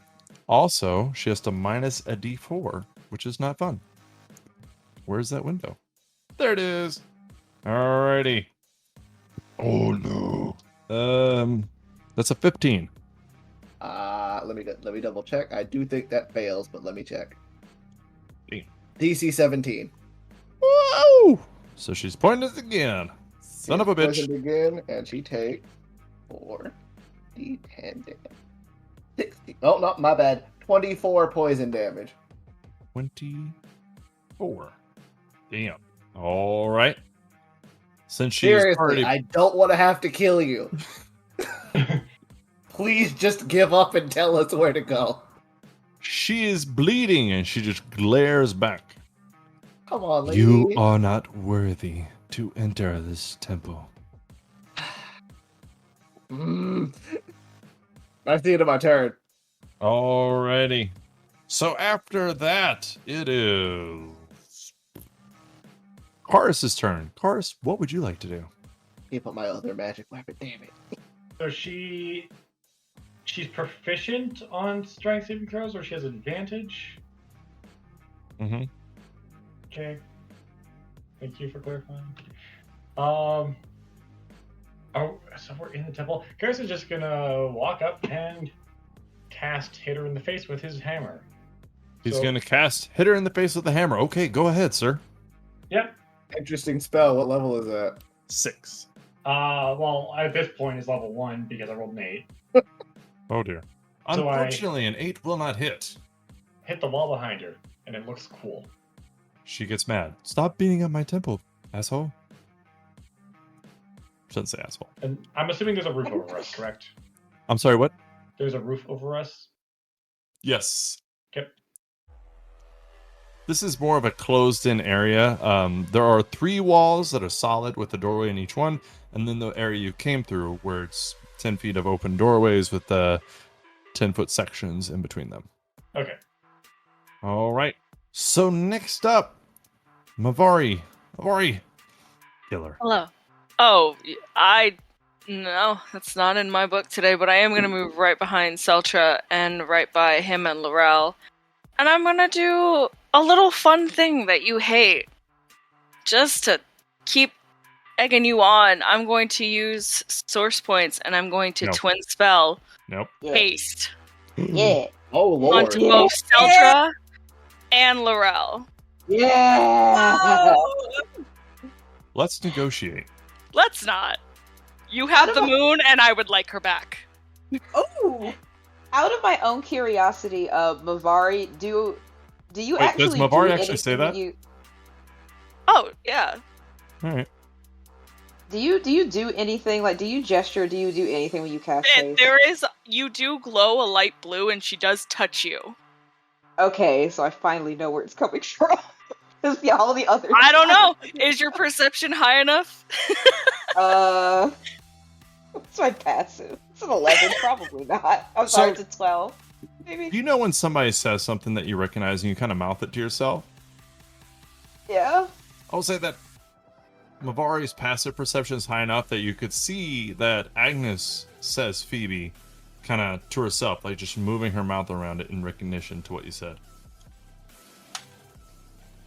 Alright, well, Celtra and Lorel are both hasted. You get a +2 to your AC. You have advantage on dexterity saving throws, and you gain an additional action on your turn. Woo! Huzzah. Ruh-roh. Yeah. Celtra's doing so much damage, I was like, just let him keep going. Give him a third attack. For Aw, real, that's a do it. good idea. Mavari, fuck off. That is all my source points, though. Oh, that's actually great news. I'm glad to hear it. Naskita. Hey. You want to touch her? No, I don't want to touch her. However, I would like to hex her. When I So, think about you, I hex myself. Woo. Uh-oh. I'm gonna use my Hexblade's curse. So she is now hexed. So against the cursed target, I gain a +3 bonus to my damage rolls, and I score a critical on a 19 or 20. and then I gain HP if she dies. Yeah. Well, all right then. Let's see what you got. I'm gonna do the same thing last time, except instead of chill touch, I'm gonna do some blast of some warlock energy. Mm-hmm. So I've got 2 beams coming her way. While you're rolling, I forgot to mention that Bane is concentration, and so is haste. So Bane is gone. Oh, Okay. yes. So I traded. He is Yeah, still sure. poisoned, though. So Indeed. So then if base concentration, then should the saving throw be made? So that we're not Bane? oh no, Oh, no. She yeah, didn't hers cast is Bane. different. Oh, okay. Yeah, I figured hers was different because he called it something else. Seer's Omen. I figured it was an ability. Yeah. So my 2 beam rolls before even Bane took in place was 14. God. So yep. Peachy Keen. Naskita, the Evercaster. This I kid is doing Didn't great. think of what to follow that with. I don't know. I'm still bleeding from the demon, so it's getting in my eyes right now. Look, Mavari probably has Revivify. Just do it. Just go with it. You'll be okay. You know, it might not. We'll just leave it at Maybe not. that. Okay, no, that's fair. Mm-mm, don't do it. Does Mavari have Revivify? Mm-mm. Sweet. Okay, so Oh Jesus! next is Razmi. What does Razmi do in this weird situation? There's not much to do. Except another Firebolt cantrip, because everything's still in place, right? Yeah, everything's still in place. So roll the 20 plus 11 minus 4. That's D4. Whoops. Well, even with even minus a full 4, it would still hit with a 23. Yeah. All right. Go ahead. For a total of Roll bad. 12 fire damage. It's not what I would call bad, but all right. Not the worst. So she burns a little bit. Her pretty little dress catches fire. She's angry. Motherfucker. She looks at Celtra at the top of round 3 and says, as stated, you are not welcome here. And I would like Celtra to please make a saving throw that I forgot. Oh, okay. Like I don't know which one. Charisma. Charisma saving throw, please. They're not terrible at those. Fuck Celtra. I got a 2. Wait, but what? I have a +2, but I'm Oh. also standing next to Lorel, so that's a plus. Bollocks. That's a +6. Yeah. Roll low. 16, Okay. which didn't beat last time. Oh, I forgot I gotta subtract the 4, so yeah, I'm dead. I'm done. 1d4. Yeah, no. 3. So 13 after literally everything is said and done. So a 13. So she looks at you, Celtra. She says, you're not welcome here. And then Celtra disappears. I got banished. He got banished from this plane of existence. But you see around you all of a sudden, pretty grass. There's a unicorn staring at you, but it's fluffy and stuffed, like some kind of stuffed balloon unicorn. It's just munching on grass looking at you. Now she's concentrating. All right. Who did more damage to her? So she's gonna look at, I don't know which one looks weaker, the big ass dragonborn or Lorel, because you're both pretty intimidating. She's gonna go for Lorel. You're smaller. Dragonborns are just intimidating by presence. All right, so Lorel, fucking poisoned and fucking baned, fucking Mavari. Oh no, wait, not baned anymore. Just disadvantaged, right?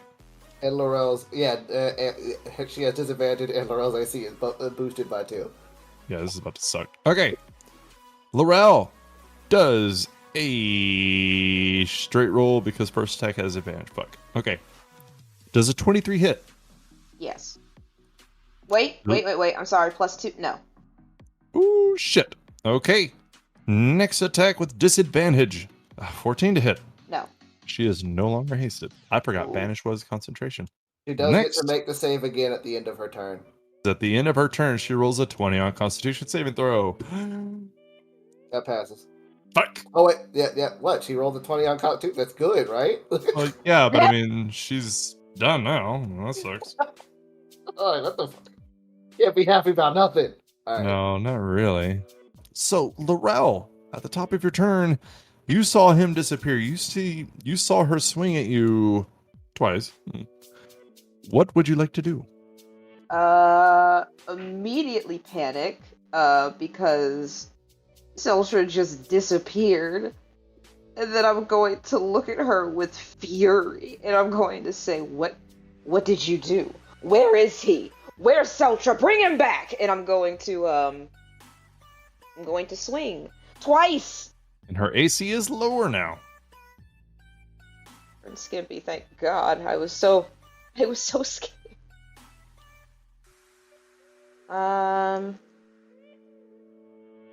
Ooh, that's an 8. That was a natural 1. That's rough. Natural one will not hit, unfortunately. But a natural 20. Oh, the dichotomy of man. Yeah, that happened. All right. Okay, cool. So then I'm going to... About to hurt. Yep, I'm going to add my last smite onto it. And smite. that is going to be... and that's going to be at 2nd level. Uh-oh. What you got, punk? And it is... Survey says 39. 39 points. Oh, fuck you. Okay. She takes a deep breath, blood gushing out of her. She says, "You are not worthy." And then because I'm juiced up on haste, that's another action. The Yeah, it says dichotomy one. of man. Oh, Another God. natural one. Jesus! What are the odds? 20, natural 1. Amazing. I'm gonna So- flavor it. I'm gonna flavor that. It's when she says it. I'm going to stab my sword into the wall next to her, That's and I'm going to growl out like my eyes start glowing red, and my teeth start to get bigger, and I start to drool, and I'm just going to growl out, "That isn't what I asked." And that'll be the my. Damn, girl. Get it. I want That's my just- Celtra back. Fair.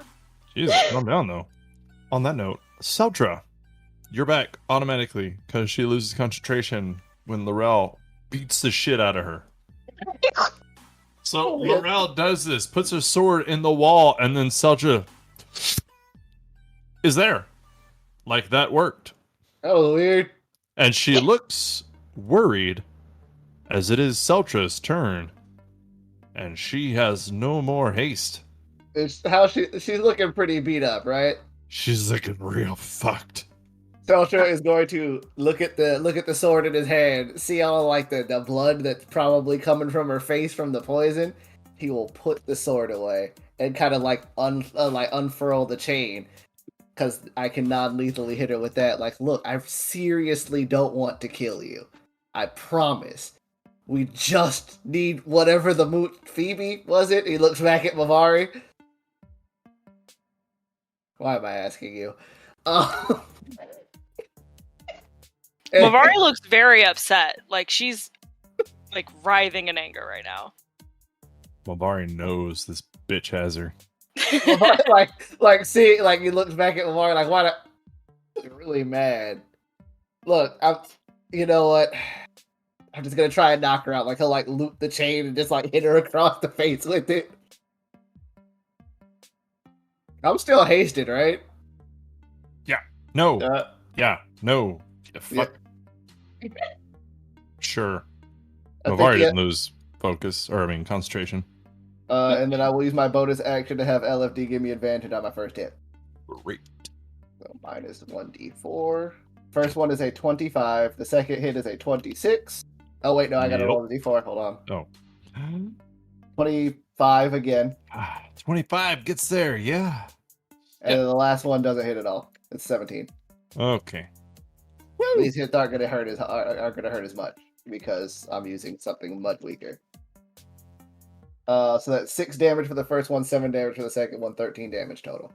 So, as the second time you hit her, as a bit of lights out, as she is knocked to 0 hit points, mechanically, and she is unconscious.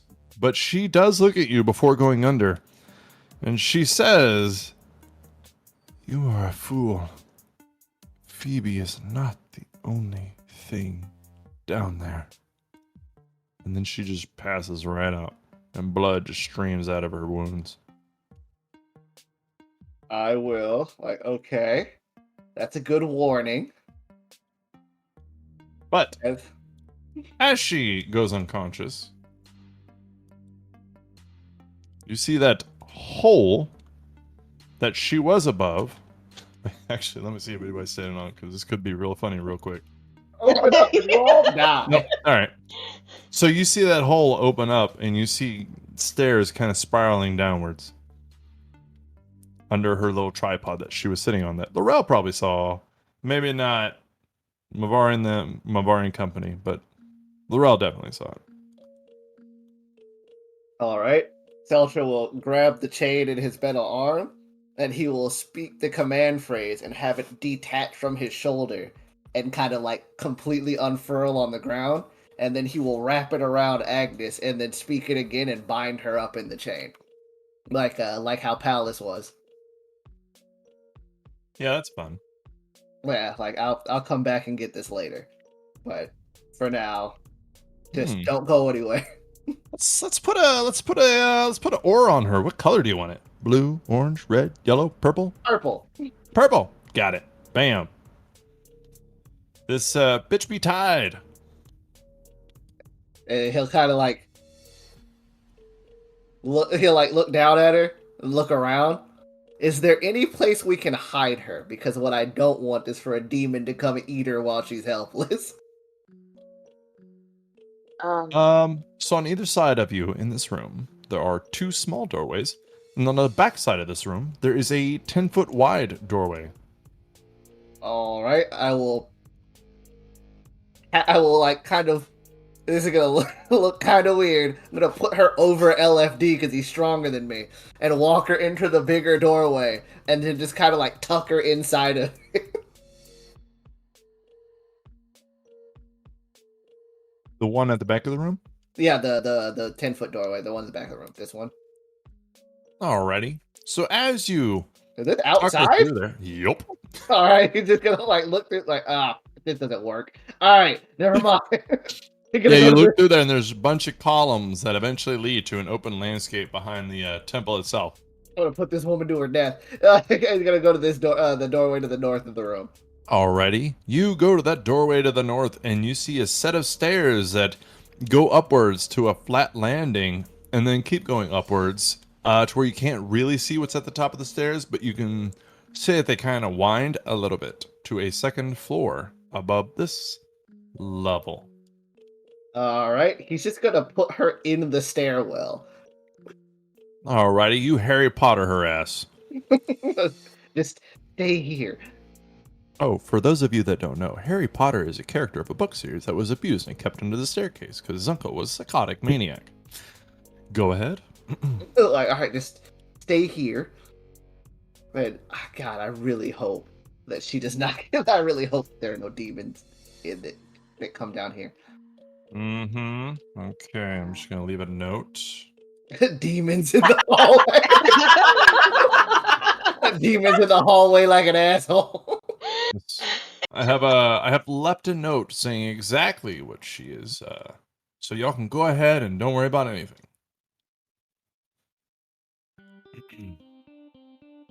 Let's see if there's anything I can do that could hide her. Oh yeah, I don't have that rope anymore. Well, good thing I use this chain. Hopefully, whatever we fight down here, this is Celtra looking around like, hopefully. Oh, okay, jackass. Mm-hmm. Right, Celtra will look around like, hopefully, whatever we fight down here, we want to kill it, because I have no more non-lethal options. Are you So do you. okay? Me? Yeah. Yes, you. Are you sure? You all right? I was in some sort of weird grassy field for a while. No idea what that was. A grassy field. Yep. Hey, as long as you're all right. Yeah, fine. It was a little jarring Hey, because I was here. I wasn't. Does anyone have like a tarp or something we can put over this woman? I really don't want her to die. a tarp? Let me check my inventory. Tarp. Sort of. I really don't want her to die. I I know that I know we kind of beat her up, but it doesn't mean I wanted to kill her. Nope. I mean, I have a bedroll in my backpack. Man, just kind of like pat her down with bedroll. Stuff her in Stick her in there. a corner. Stuff her in the Alright. bedroll and just. Alright. So we're next going- time Lorel goes to sleep, just remember, it's not going to be comfortable. Sleeping in my armor never has been comfortable. All right, time to go down this. Time to go down this stairwell and fight whatever's down here. I guess. Well, hopefully we don't have to fight anything, but I'll go first. All right. We are should you try to good? go quietly. Right. Are you okay? Do you need help? Do you need like any recovery? Yeah. What is everybody's hit points? How are y'all looking as a group? I am at max HP. I'm doing decent. I'm at max. I'm basically a max. So everybody's pretty good, just short on spell slots. Yep. Mm-hmm.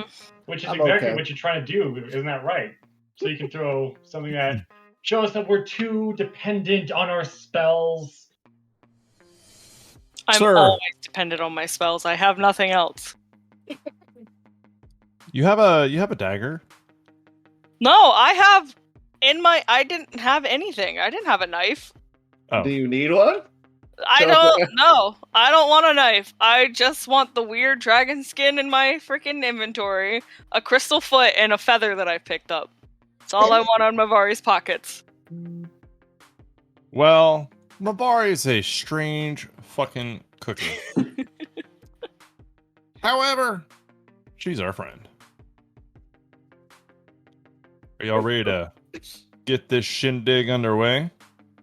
Whether we like it or not, we're gonna have to go there and face whatever's down there. So, well, y'all. Yeah. So as you go down these spiraling stairs, deeper into the dark, light leaves you, leaving Karyst blind. Who else doesn't have dark vision? I think it's just Karyst. All right. Karyst, would you like to hold on to somebody or just let Jesus take the wheel? I will be in the middle of it. I'll have Celtra. Celtra. I'll have LFD hold out one of his tentacles for him to hold. I like will he's a deny that. Yeah, I mean, you should have seen that coming. Oh, I did. That was why I did it. Oh, you're a dick. Alrighty. So, Karyst is just going to go through here blind? Maybe for a bit. Or I could lead the charge like last time, because that turned out so well. You want to put your hand on someone's shoulder? Because we can all see. Naskita will hold her hand out. Nobody has a torch on their person or something? No. I do have I can make a flashlight. I'm trying to figure out if a wild shape is worth it, because I don't usually wild shape these days. That is completely up to you. I do have that. I can cast dancing lights if you would like to see. Karyst will. Did that squirrel have dark vision? Oh yeah, Randall doesn't have dark vision either. And he's also not a squirrel anymore; he's a hawk. Does a hawk But- have dark vision? No, but I'll just cast dancing lights, and I'll keep them like behind us so that the light doesn't go too far ahead. Alrighty, so Give away our position. yeah, it sucks. All right, so Actually, you no. have It'll turn into a bat. Oh. Cute. I like bats. And he will just perch on the shoulder of whoever's in front. I am. Okay. Aw, you cute. And I give you like a little scratch on the head. Love that scratch. Cute. All right, let's continue forward. All right. So, with the dancing lights up behind you, as to not give away your position, and Karyst a bat, everybody moves through here. Slowly, Lorel steps forward, her dark vision guiding her. You come to a doorway of a old, mossy stone. You can smell humidity in the air, and the first thing that probably hits you is the smell, the stench of just trapped humidity and mold. The stone itself has like a cover around it of just gross, old, wet stone. But also, as you come into this entryway, it's very large. There is a good bit of space in this entryway. So as you go into it, there's a pillar in the middle that is probably about 10, 20 feet wide. And then you can go on the left side or the right side, where it's empty space on either side of this thing. But it just goes around the pillar and then goes through a 20-foot wide entryway. And beyond that is just bigger rooms. And everything is just this stone with the green moldy kind of covering it.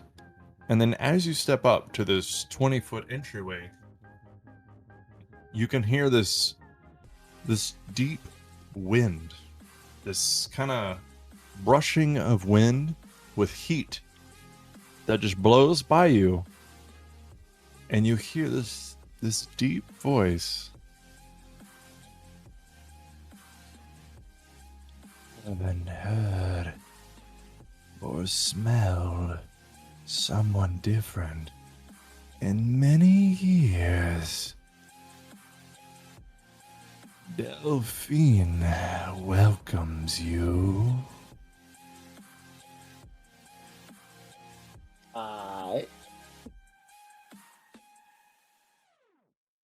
Can I see anything? Like, You is there see nobody. In front of you is just to the left is a very large room. Again, everything seems large. The hallway in front of you is 20 feet wide. The room to the left of you seems about 30, 35 feet wide and about 70 feet long. Same thing with another room to your right. And then the hallway just seems to keep going straight. And it veers off a little bit to the left. But other than that, it seems fine. And you see nothing, but you hear that and you can just smell the air. It's a bit hot and moist, despite the stone surrounding you.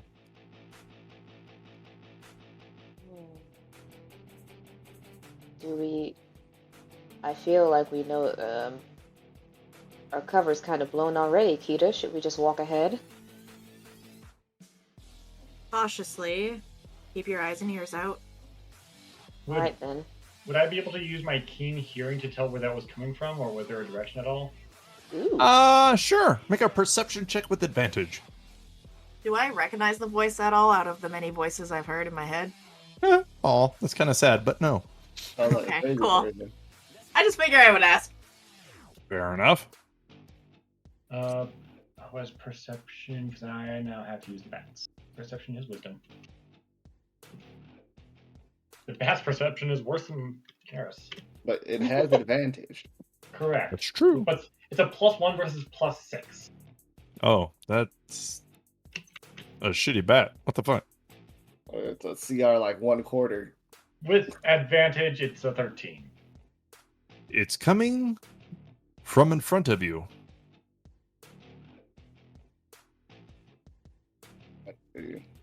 Somewhere deeper into this place. Hmm. Alright then. Well, there's only forward. And I'm just gonna start walking forward. Well, I technically, mean, there's also left. You can go backwards. Nope. That's weird. That'd be weird. So I'm gonna keep the 30 feet. Where am Okay, I? cool.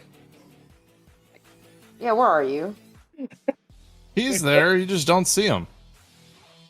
You put LFD down and not me. I know not of what you speak. He likes LFD more than. So, hey, I It's found common. him. Here he is. That's common. So, Oh. there we go. Okay. Oh, Oh, that's right. Naskita's never seen that. I was Oh. ready to scrap.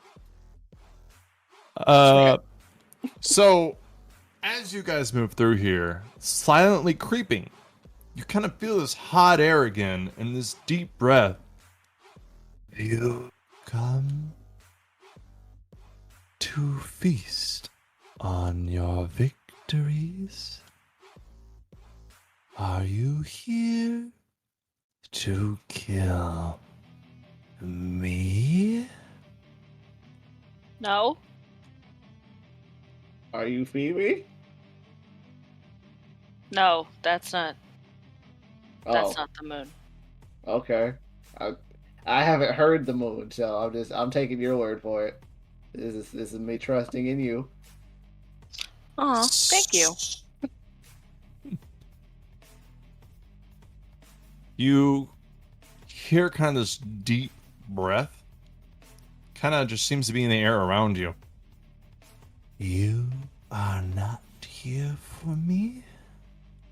No, we're here for the moon. You can almost feel a vibration in the ground under you. If I show you the moon, will you let me pass? Are you friendly? After a long pause, Oh, that's a question. Long way for that one. no. Well, we might have to put a pin in that now, won't we? Will you be friendly to us? If we have a deal and you do not betray me, What are you gonna do if we let you out? That's a good question. You're picking the feast On. everyone. I Ooh. will rip the heart out of Apollo. He's not with us, is he? He's against us, correct? I don't even know who that is. I mean, I wouldn't put labels on like with or against. I mean, he doesn't really seem to care. Plus, I think the problem here is not just Apollo, it's the everyone part. Yeah, that's what I'm more concerned about is the everyone part. If we could be friends, maybe you could just kill the demons and Apollo. What is a demon? There's a Are whole you- bunch of them outside right now killing villagers. So I feel like they're in competition with you. I will kill everyone and not discriminate. See, it's the not discriminating part. We like discrimination.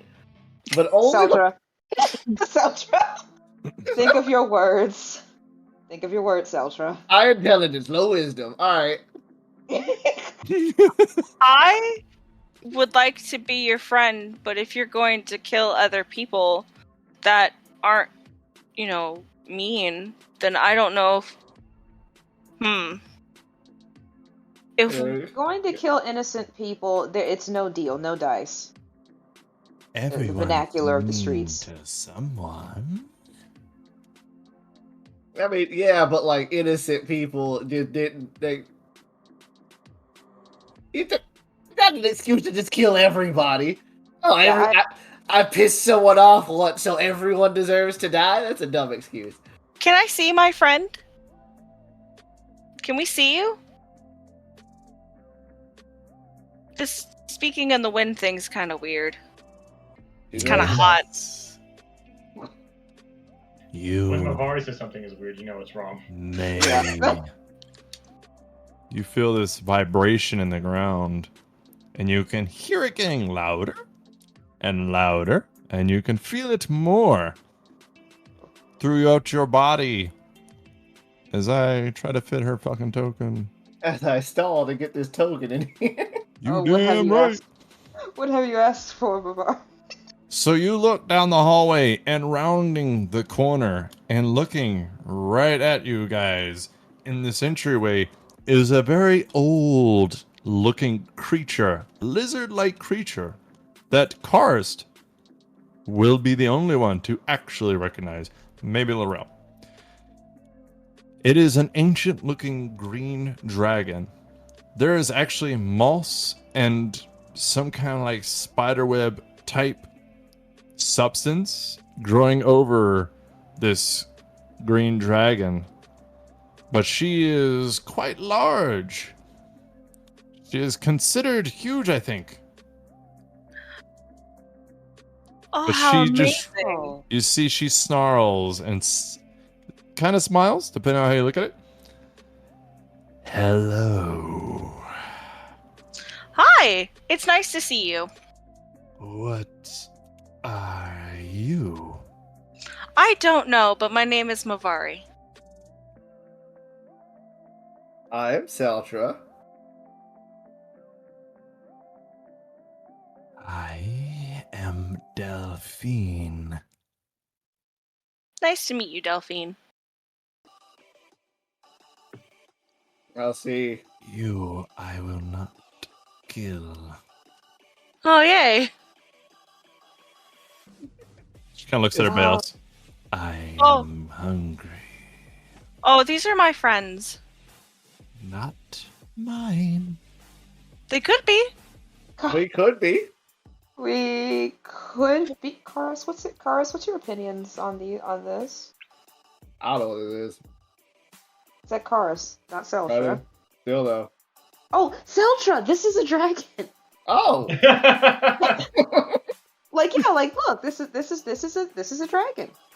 I've seen something similar to this, except instead of those wings on its back, it had like, I'll show you later. Okay. If we live through this, I'll show you later. All right. Cool. Karyst, any opinions on the matter? So I'm a bat. Oh, right, you are. Oh. All right, you are. This is so He's strange. squeaking. I just it's like frantic squeaking. Karyst, use your words. Trying to figure out the best course of action here. Take your time. I will. Because right now I'm sweating. Like, I am too. That's because the soundboard that I got is great temperature installation, which is terrible for 90% of the year at this point. oh god. But like, what are the odds that you don't go around? Don't you have like a home you could go back to and then eat like maybe elk? I don't know. So you know what elk is? She kind of hisses at Celtra. This was my home. What happened? I was trapped down here by Apollo, and the humans raised a city where I lived. Any reason why they did that? I mean, it doesn't seem exactly right because like this is what your house is. Like, I don't know how you would. I know how you would feel if somebody just collapsed your house on top of you and built a new house on top of it. It sounds pretty crappy. You would have to ask them. That is true. But they're all dead, so If I a can't. dragon could smile. They usually can. She just kind of tilts her head. Pity. I mean, it is because I didn't want them to die, but I feel like a lot of people in this place have mixed feelings on the death of hundreds to thousands of innocent people. Some people are like, we shouldn't let that happen, and he points to himself. And some other people are like, who cares? Certainly not our gods. And then there's you who's fine with it, or actively wants it to happen. And I'm gonna be honest with you, I like my side the most, but I can't really blame you. So not for metagaming purposes, but for narration purposes, would she know who Chiron is? Who? This dragon. Would she know who Chiron is? Do you want to ask, or do you want me to just tell you? Well, so the bat's gonna fly forward, around 10 feet, and then you're not even gonna see the dragon form before the centaur archer takes place, and she would recognize it as it resembles Chiron, the constellation archer. If she knows who Chiron is. You can speak in wild shapes, can't you? In the circle of the star shapes, yes, I can. Not as a bat. I thought you could. Oh, never mind. I can No, speak not as a telepathically, but we don't have that established connection. You just be squeaking. Yeah, squeaky squeak. You know what? She looks down at Karys's bat form. Who are you? Karyst, introduce yourself. My name is Karyst, Smith of the Celestial King. I come on behalf of Karyst in search of his son Perseus.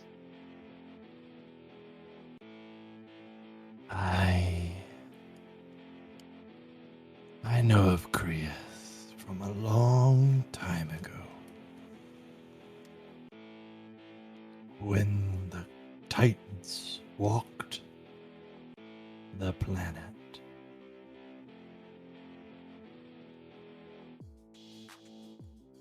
But only because I rolled a natural 20. Strange vernacular you use. My keen mind came in handy. If you are allied with the Titans, then you will help us free them from their prison. The problem is is what happens. What happens after that? Like, she wants to like eat people, and I don't know if I'm okay with that. Like, He speaks true, servant of the Titans. like how many people do you want to eat? Celtra, she's gonna eat as many as she wants. I mean, If yeah, I but was to average it out, probably 4 to 6 a day. I thought she starts doing math. 8. Wasn't this her home first? I mean, yeah, but like there are still people There's No. still There were There's still people living. here. There were Yeah, still people living here. I mean, there are still innocent people living here. They have no idea that they're living on top of a They didn't do it just of a because. titan and a dragon. Just because people in the past did a bad thing to somebody doesn't mean that the people in the present are responsible for that thing. People in the present. I mean, there's probably people somewhere, Karen. That was not in character. That was Steven. There are probably people somewhere. I know there's no people up there right now, but there's probably people somewhere. What gives you authority over this place? She leans down close to you and just breathes out her nose, and you can feel the strong air and the hot breath from her nose, and her nostrils flare, and she kind of just shows a few teeth. Strength.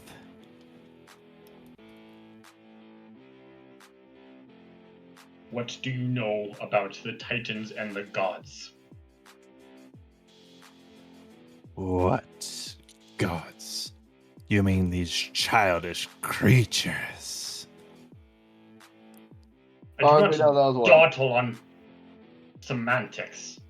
I know of the moon. Let me pass unabated, and I will take you to her.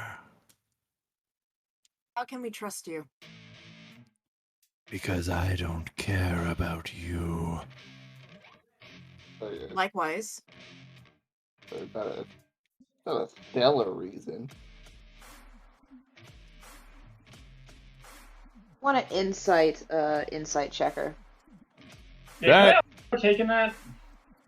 Yeah, go ahead. Anybody Same. can. Everybody? Yeah. All right. Natural 20. Ooh. Nice. 12 on my part. I got a 4. Oh, Thank God yeah. somebody got it. You've been Rolling like crap today. Karyst, what's your total? For a total of 23. Okay. Did anybody get better than that? No one got in the double digits. I Well, needed that's that. rough. So, what exactly would you like to know with an insight check? So I'm trying to figure out, because she plans on eating everyone, but realistically that's not something that an organism would want, as in that puts an end to the food chain. So, what's really her goal here? She probably just wants to be let go. She's talking about being with the Titans, and Apollo put her down here, and they built a city up here. This is a very old city, so you can imagine she's been down here a while. She's probably a bit angry and is probably willing to be petty. And then when she said that she wanted to eat everyone, that meant like throughout the whole world, or As Right. she said it, she meant anybody she sees. Because she don't give a fuck. So she's just a dragon being a dragon. yeah, that's what I'm thinking. It's just like territorial. Yeah. I'm sure this is like like a half vengeance, half I've been stuck in a hole for God knows how long, and I just want to get out. Yeah, I mean, that pretty much sums it up, yeah. I can't even. What was Oh, the this is a lady's name again? conundrum. I hate stuff like this. Because on one hand, this isn't right. They shouldn't have done that to you. But on the other hand, there are still innocent people up top who don't deserve to get eaten either. Kind of looks at you. Right now, the question is not about that. The question is whether it's you or them. Small creature. What keeps you in this place? Keep you in this place. The Oracle, blessed by Apollo and his childish power. See? What? What? I said, hey, Lorel, can I talk to you over here for a second? Sure. I'm gonna approach her while they're doing that. Yes! Hands Alright. up. Big deal about not wanting that chick to die. I don't think hands up is a good thing for a caster. She kind of says, "Well, put those hands away." No, she kind of just calmly looks at you, and she's watching you very intently. I'll let them talk. Remember how I made this big deal about not wanting that chick up there to die, and how she's like probably the one keeping her down here? She's probably gonna be the first one to die, and I kind of don't want that to happen. I know she fought us, but like, she's still another person, and like the first person we've seen in a long time. Right. I mean, you're very right. Like I said, this is a moral conundrum that I personally don't really care for. I really just like it when it's nice and simple. And there's no moral quandaries, but at the same time, our hands are a little tied here. It's either we go through the dragon, or we let the dragon pass. And I mean, not gonna lie, there's a part of me that just wants to shrug my shoulders and say, we're kind of like, we're kind of trying to get this thing done. So go ahead and do what you must, and we'll deal with it later. But there's another part of me that's like, I want to protect the people up there. I mean, I know whoever's left, but like, oh my God, what do we do? Built a city on top of her. That's not. That's true, and that's terrible. And I'm not saying it's not terrible. That sounded very sarcastic. I I was like, I just just I just don't know if letting her loose to consume hundreds to thousands. she's gonna, because there's no way we can make a deal for her not to attack these people. She's going to hurt somebody. It's either gonna be us or it's gonna be them. We just need to make a decision. You think she can fit in that tiny doorway? Think maybe we can hide her from the It's not- In her defense, it's only an average of about 1,800 people a year. I mean, I'm more. Celtra's more concerned about the literal one person upstairs. And I'm trying to figure out why. She Pretty doesn't. lady. She doesn't. She doesn't. Is Mavari up there with the dragon? Yes. Should we be concerned about that? Hopefully not. But Hopefully. I'm prepared. Celtra Do you know will- Kronos? she will not roll another natural 20. That's impossible.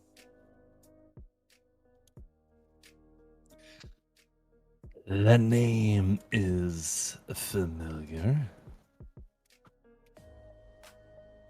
We're here to find his sister, the moon, and she's a dear friend of mine. I And- am aware of Phoebe. I would like to set her free. And I know you're the only one keeping us from doing that at the moment, and you want us to help you get free. And both of you being trapped is terrible. And what they have done to both of you is terrible. Only problem is you want to kill people, and I understand that who you are, but we're not sure if you just be killing people just because, or like killing to survive. Because we have killed to survive.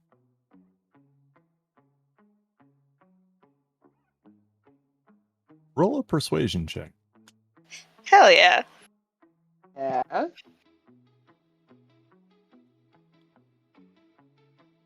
26. Ugh. Yeah. Yes. Let's go. She kind of looks down at you intently, and then you see her nostrils kind of soften and her eyes look at you. And she kind of looks down a little bit and then back at you. I have never had a friend to seek before. I will only kill humans that attack me first. But Oh, thank God she's unconscious. this land that Don't was think she's mine will be mine again. Seems like a fair trade. Currently, there's just a bunch of demons. You'll have to deal with them first. I will feast on their corpses. That sounds fine. That's fine by me. Mavari turns around and... Are we good? Let me see if I. Yep, that sounds like a plan. Amazing. Mavari is incredibly charming. For someone with no memory. This is Yeah, that's this is a- Mavari turning around. That's a damn shame. Pretty much. So Pretty much. I'm gonna open this door a little bit and tell you that your DC to get this dragon who's been trapped under here for thousands of years to sympathize for you was a 25. Nice. I was gonna say if she rolled like a 22, I would have given her the plus d6 Oh, Oh, you can only do that man. once a day. 3 times a day. Well, that don't make it. Bro, I would have Well- used inspiration. I've been sitting on that shit. What the hell? I think a lot of y'all have inspiration. Me too. Yeah. Yeah. I don't. I use mine. Yeah, I was gonna say again, if you die with inspiration, you deserve it. All right. So she kind of looks at you. Mavari, Yes. follow me. Okay. And she turns around and she starts making her way through this fucking place. Celtra will follow, like, look at Mavari, like, that was really good. I don't know how you did it, but thumbs Neither up. does the DM. Thumbs up. Amazing, Mavari. Naskita's on edge like the entire time. Her tail's twitching.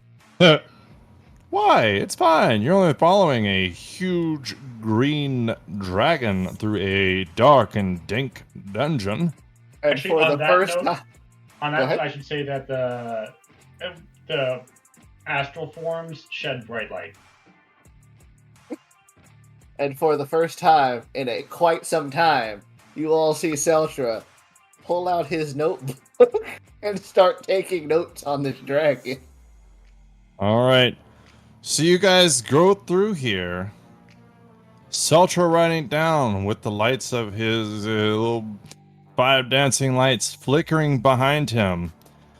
So eventually y'all come to a very large room, easily about 100 feet long and wide, with a big hole in the bottom. She kind of sniffs, pleased, and looks back at Mavari. This is where I love to sleep. And You as sleep in a hole? Oh yes, it's quite comforting, actually. Hmm. And you'll go a little further down a winding tunnel, moving hundreds of feet. Very, very far. You're easily walking for half an hour before you eventually come to a very long room that is about 300 feet long, about 100 feet wide, that she can move through easily. And you see a huge pile of gold. She looks back at everybody. This belongs to me. She kind of puts one little claw into the gold and scrapes at it a couple of times. And you see a glass little box roll out. And you can see there is a glowing crescent moon that is blue on every side of this little glass box. This is your friend. I will look back at Mavari. Oh, this could be trapped in a thing. I don't know. Magic is weird. Also, where'd everybody go? We So moved that over looks- to the other side. So Oh, was left alone with his 5 dancing lights. Oh no. No, it froze, and like, because everybody was still right in front of Celtra to me, and then like I looked down and back up, and everyone's in a different spot. Mavari's gonna move over and just pick up the box. Alrighty, you can feel a hum coming off of it. And you feel very differently than everybody else. You pick it up and you just get a sensation of happiness and care and warmth. Celtra will look over at Delphine and say, "Hey, do you want more More. of that?" And he points to the pile. I would love more. And like Celtra will walk over with his bag and start dumping out the copper and silver. Because we got a lot of. The bigger, the better. Roll a persuasion check. 15. Alrighty. As you're dumping all this, and it is a large amount, how much would you say? Let's see, how much do I? I gotta get rid of some. I gotta clear up some space. It is about 36,000 coins. So 14,000. Yeah. She 20 looks at this pile. It didn't even matter how much. She just looks at you, dumping it all. And she is grinning and looking at you hungrily. And she kind of walks over to her pile and she thumps with a, like 2-foot claw, this little rod. And this rod has 2 snakes curling up each side, and they look like they have wings at the very top of it. A token of my appreciation. Oh, well, thank you. And Celtra Yes. will like take it in both hands and walk Oh, over. you're so nice. Indeed. Do I just open the box? I have never used it. I'm gonna try to open it. All right. Open it. You start fingering at it, and there is a flash of light. And you hear a boy. You hear a very young voice say, I've used it. And Mavari, you try to look, but it is a blinding light. Everybody is temporarily blinded by this bright light. Oh, and no, you just my cannot eye! see. Oh yeah, poor Dark Elf. Celtra's permanently blind. No. Rest in He peace. goes, put down the box, little girl, or you will simply just cease to exist. And then Celtra, you're looking behind you to avoid this light because it's fucking bright as shit, right? Now, I will say, and I told Steven this once, everything I say is on purpose. For instance, when I said there's 5 dancing lights, and Oh. yeah, that's weird. Oh. And somebody even put the spell in chat saying that there's 4 dancing lights. Yep. It wasn't Well, me. It So, was me. so one of the dancing lights, Celtra sees it turn into a man who stays silent, and he just stares quietly around the corner. And it is an older gentleman wearing golden bracers, and he has gray hair with a very long, bushy hair, with a thick gray beard. So this boy that's shining this bright light, he kind of, Celtra sees this guy kind of make like a large pole arm out of light in his hands. And the boy looks over at him, and y'all can see like a flicker of his outline because there's so much light coming from him. And the older man goes, I wish you would, boy. And with that, the boy just disappears. I'm confused. Isn't that Kronos? No. Oh. Kronos So- had white. He was different. He was white. This Sorry, it's been a minute since older guy with light shining from his eyes, a pole arm made out of light, and wearing golden bracers, bare-chested, bare-backed, bare-legged, walks over to Mavari. I'm holding the box even tighter. Little Mavari. May I? Who are you? Thank you. My name is Hyperion. Insight check. Sure. Hold on, I gotta pull up my. 18. 18? Yeah. Might be. You've never met him. I want to phone a friend. 18. He says, I am Phoebe's brother. As that Kronos was her brother. She has more than one. You can have more than one Yeah, you- sibling. you I mean, can I have more than one personally don't sibling. have more than.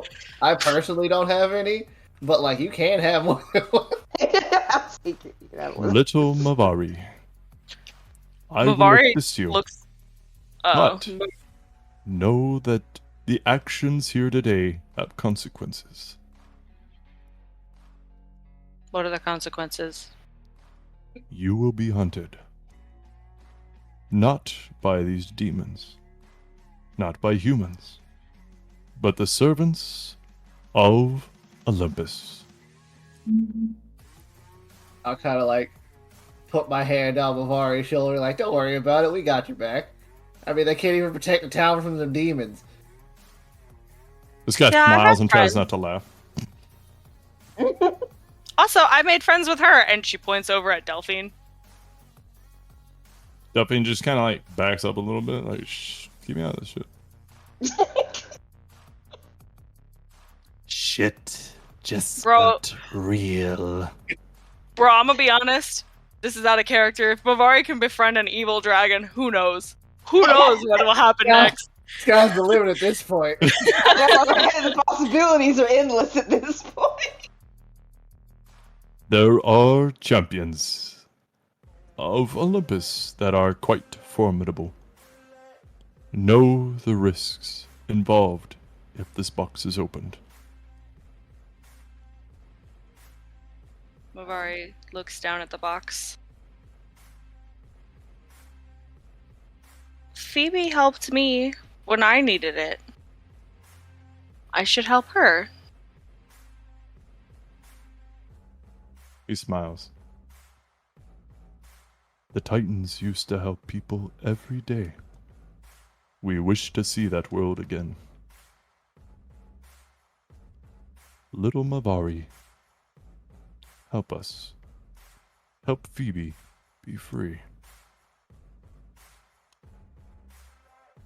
She hands the box over to Hyperion. He strokes his finger across it, and you can see golden light shining around him and his hand and this box, and the blue light fades, and he backs away as he sets this box on the ground, and a woman appears out of it. A woman of pale, small frame. She's wearing a long blue dress, and she has brown flowing hair behind her, and she smiles warmly as she embraces Mavari. And we'll see what happens from that next week.